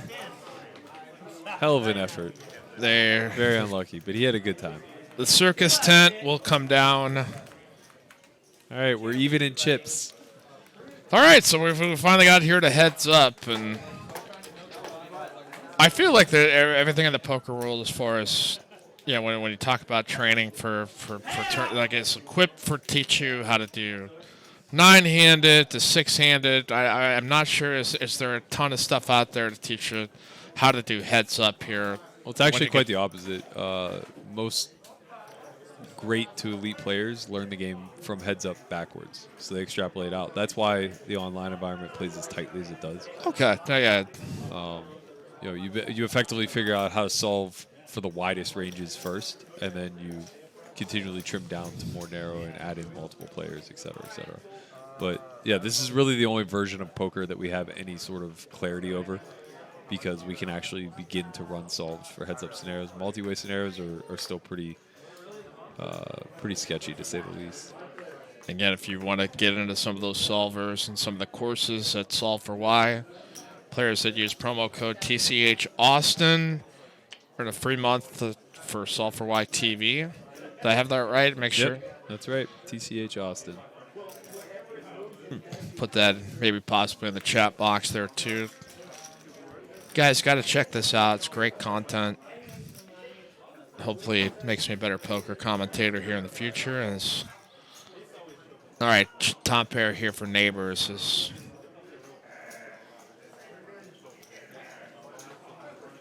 This is the first we've really seen Augustine play these limp pots and actually bluff. This is a nice spot for Nick. He is a very clear bluff catcher. No need to put in any sort of raise here.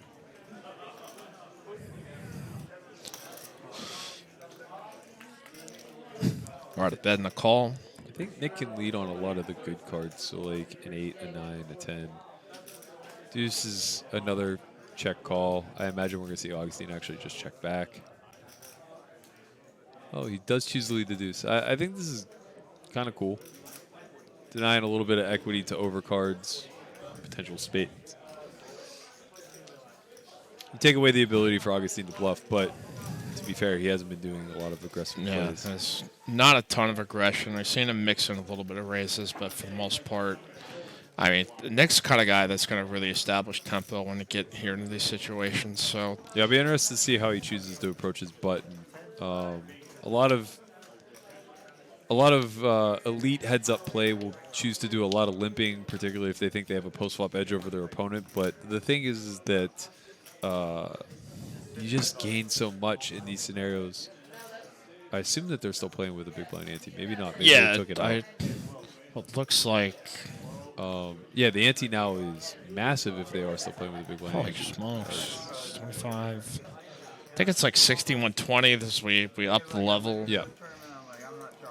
So Augustine needs to be all in here no matter what Nick chooses to do. If he limps, he should shove. If he raises, he should shove. So basically when you have ace-10 here, you just hope for a raise so that you can win more money. I imagine Nick's actually going to choose to just limp this one. It's one of those hands that doesn't really serve you any other way. You can do it, Augustine. We're rooting for you to make the big move. Raising becomes a bit of an error here. I mean, you can induce a little bit, but the problem is when you get called. So choosing a large size here will serve him pretty well. Ace 10 off just like doesn't really play all that great post. Nick not going to look him up either. So Nick could have called for that small of a size. Augustine only chose a 2.5x raise. So I think we're playing 6120. Augustine made it 275. There's a lot of money out there. With the ante being as large as it is, Nick's kind of incentivized to be continuing in those spots. we keep it moving here on TCH Live tonight. This morning, or wherever it is in your part of the world. Hey, let us know where you're watching from here in the chat. Always love to see where the obscure locations are from you folks tuning in everywhere. Hello. Or just right here in Austin as well. Oh, that's heartbreaking. It's just some aces, huh? I would actually like to see Nick take a raise fold approach from the button. Again, I can't reiterate enough how big the big blind ante actually is at this point. Yeah, it's... You're effectively, if you think of it this way, you have a half a blind invested, and there's already 2 blinds dead in the pot outside of your half. So you pretty much have to play 100% of hands on button, or it's very, very close. Maybe it's like 80% of hands. And if you have somebody who overfolds in any sort of way, which Augustine may, we don't really know yet. We just know he definitely under 3 bets. The button's in the wrong spot, I guess. What? Okay. They posted the blinds correctly, but the button's in the wrong area. Okay. I think we get this straightened down. I think these guys have been playing so long, I can't see forwards and backwards, and So they did end up. did it wind up being a misdeal, or is that No, that just I gave it don't, up? I don't know if Okay, Augustine you're remembers, right. but the last hand he folded 6-4 and Nick had aces, and then Nick got 7s again. So he basically played 2 big blinds in a row, but was lucky enough to have premiums and win the pot both times. Got some Miami, Thailand, Melbourne, Australia, Delaware, TCH Nation all around the globe. Delaware. Yeah, that's going to be a very early morning out there. I don't know what is Delaware known for? It being mistaken for New Hampshire? Is that? No, way further south than New Hampshire. It's, all I know of Delaware is Dewey Beach because I lived in Ocean City for a summer. It was across the border.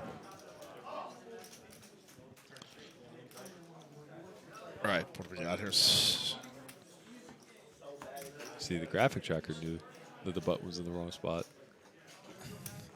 That's why you always trust technology. Sometimes it's smarter than us in some of these spots.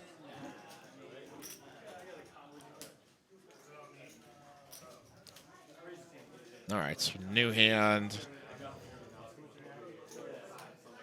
Let's see if neighbors get stuck in a weird spot here on the button.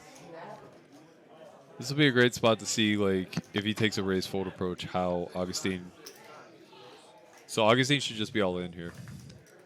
He has about 22 big blinds. King Queen is a premium reshove hand. When he fails to reshove in this spot, it just makes opening the button so much more profitable. So now he plays this hand passively. Sure, we go post flop with a hand that's dominated, but we just get to win a lot of the times when both players flop nothing. I guess I'm just trying to understand his approach here with this. So I'm just saying he's probably uncomfortable risking his whole stack. And King Queen feels like it's a hand that's going to flop pretty well. These textures are a little weird.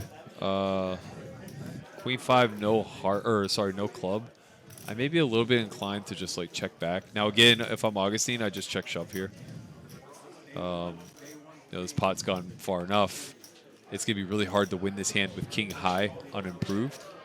So like the only real purpose to calling here is to make the best hand, which kind of negates the purpose of having it, I suppose. Yeah, it's a pretty tough parlay. Well, sometimes the hands drill it. And this could be very beneficial to him. Nick may choose his hand as a go-off now that he picks up all this equity. He blocks King Queen. He could probably start targeting hands like 10x some ace highs, some clubs. Yeah, Nick's going to do exactly that. So I imagine he's going to go something in the neighborhood of like 325 here. He went a little bit bigger. He went half pot. If Augustine can continue to lay this trap, he might get shoved on. Okay, this is a good job. He called a little bit too quickly, but that's nice for him too because it looks like he has clubs. So if a red card comes off here, we may see Nick go for it and just rip all in. That's going to shut it down. Now all of Augustine's bluffs get there. I don't think Nick can really follow through. Wow, he did it. He did it. Did it. He shoves. He moves it in. Yeah, it's going to be bad news here for Nick Neighbors. That's all she wrote. This is kind of why his hand plays better as a check back on the flop. Now when he turns equity with the 9, he just has himself in a situation where he has like a one and done type of candidate instead of a 3-barrel. Very unfortunate. A lot of heart to go for it in that spot.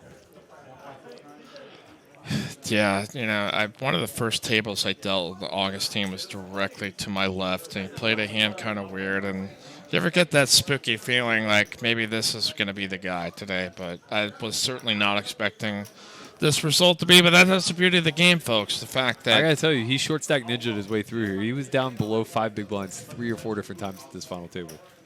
And obviously that's variance. You know, like let's call a spade a spade. He beat kings with king 10. Yeah. That's the yeah, the pretty fortunate spot to be in.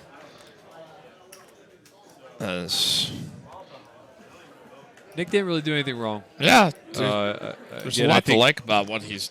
Yeah, I think he could be a little bit more choosy about the hands that he's bluffing with on a flop texture like Jack 10 high. Calling ranges just tend to hit there pretty hard, and your backdoor equity with no club in hand and no spade in hand. Not very good there, but once you do start betting the flop, I think the way I would shut down on the club river because of how quickly Augustine calls the turn. It's like, what else could he have? He doesn't really have like ace 10 high any longer. Or sorry, not ace 10 high, like middle pair. Right. He doesn't really have any like one pair hands that you're just going to get him off of. So Augustine should have shoved here. Yep. Obviously. He has a qualifying hand to put it all in against 5 big blinds. To limp fold is just crazy, man. It's just crazy. Unless Nick has more chips than is signifying here. It looks like he might have about $1 million.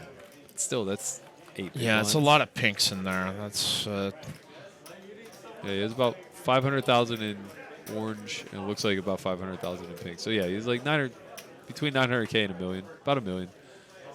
We're playing 60, 120. He's about 8 big blinds. He can be a little choosy about what he shot. It's so tough though with the big blind ante. I think like any 10-6 suited plus is probably going to get in. Maybe any suited 10. 4 deuce off, very clear fold. So now he's pretty forced to call off. These chip stacks are a little bit off. Nick actually has about 8 blinds. Boy, this is. Matt, you've been terrific throughout all this. You've been carrying me through this. We're at 4:46 in the morning, and you're just like still rock sharp here. I mean, this is where it gets interesting. So, Augustine should obviously be shoving. He can't really make any mistakes here because, you know, if he limps, he's obviously calling off. But I think he should just get in the habit of letting Nick make errors. You know, if Nick folds 10-7 here versus a shove, that's a mistake. Or it's bordering on a mistake, at least, with the big blind ante being as large as it is. Now, all of a sudden, he's letting 10-7 realize its equity. If he just flops a pair, Augustine's in trouble. With the ace of clubs here, I think he can just open shove. Yeah, he does. Good job. Nothing to think about. Muck it. Betting the fold is getting heads up. Second place going to take 9,000. First place 13,500. We had 202 entries into this tournament that started at 12 noon or about 12:30 today. We had about like 13 tables, I think, at our peak going for the tournament. Maybe 12. Yeah, I'm trying to remember just the total number Yeah, of there's one tables we cash had. game going. So if you guys have 13 tables in the room, there was 12 at the peak. Yeah, there was one cash that I think it was going at that point. But there was, I think there was a list of like 30 or 40 alternates Oh, at, yeah. biggest point. A lot of alternates we got in, and we had unlimited entries up until level 11, and it's all wound down here at these final two, Nick Neighbors and Augustine. This will be an epic comeback, Nick. You got it in you.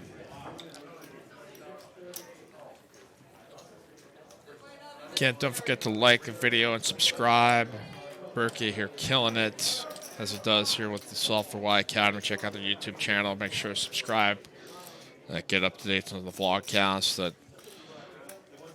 Yeah, it's just very smooth stuff that I've seen. It's like, you guys are just really great cameras, great lighting, great audio equipment, and boy, there's been some really deep topics covered. So I suggest to our audience, if you haven't been checking that out, where the hell have you been, guys?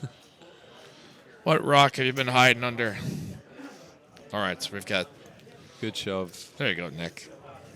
That's a dicey spot, but you know, he's gonna keep limping buttons whenever you're only 5 big blinds deep. You got to find hands to go with. And Queen 3 is gonna be one. 10-3 off, push or fold, probably fold. But again, like by shoving, you force Nick into a spot where he could potentially be making errors. By limping, you allow him to make the final decisions and climb his way back into this thing.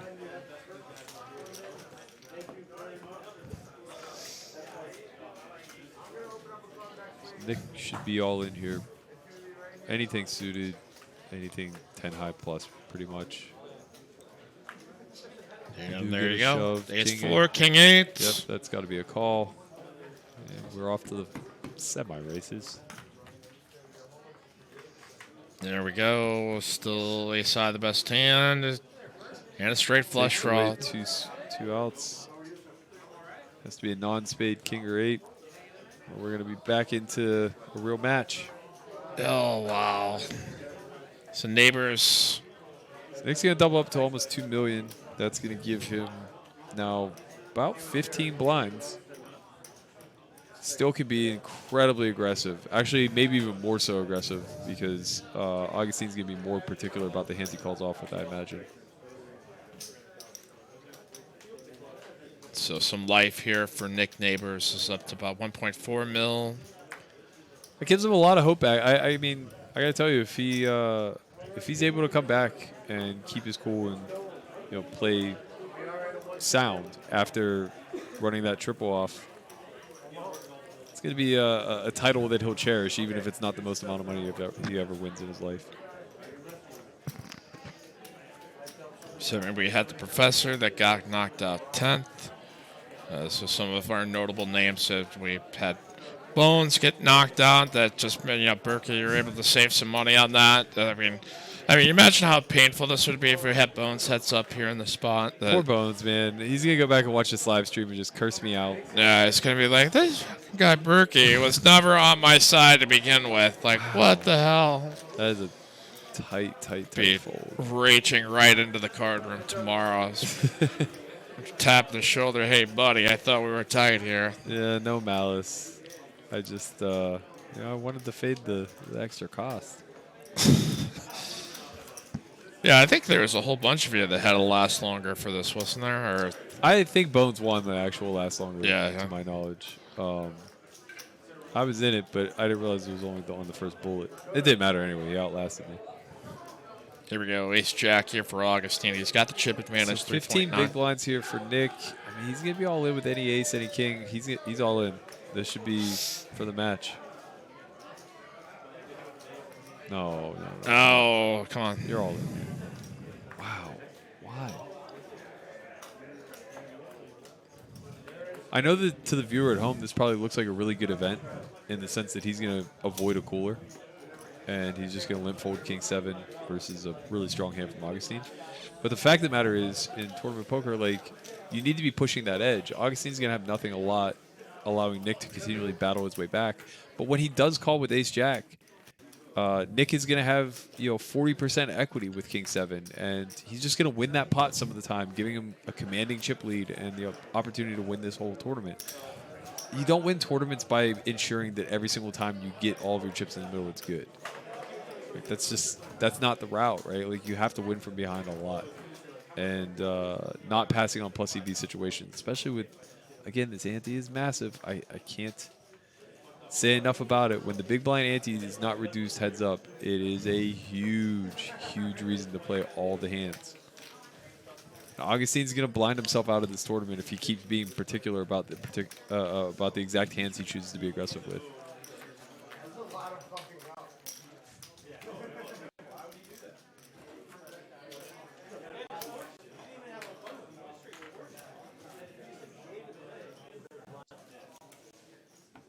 So I think we see about a 2-to-1 chip deficit here for Nick. Again, any king high should be all in. 6-5 suited is good enough to shove, for sure. This can easily be an all in. Again, same situation. Limping these types of hands is kind of nightmarish. I mean, I guess against an opponent like Augustine, who wait, we raised? Yeah, we gotta. You can't raise. I mean, you just shove or fold. Look at all the equity that he's folding. Like, when he gets shoved on here, he's folding 42% equity.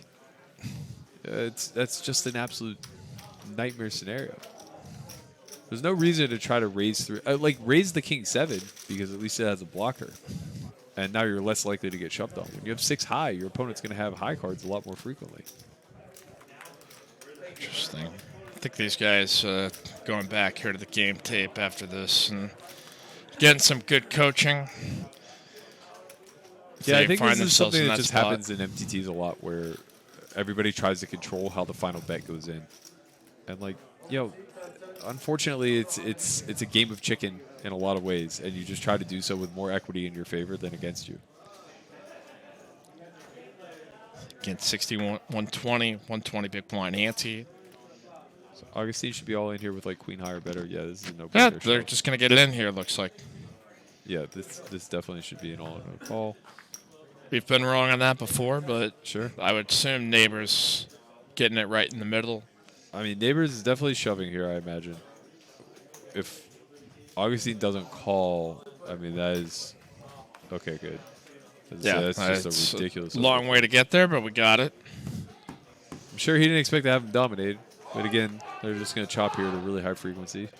Unless we find a 5. As read the bottom graphics there, 9 2s 10. There comes a 3. Again, pay attention here to the bottom of the board. There's still some life. There we go. We got it updated.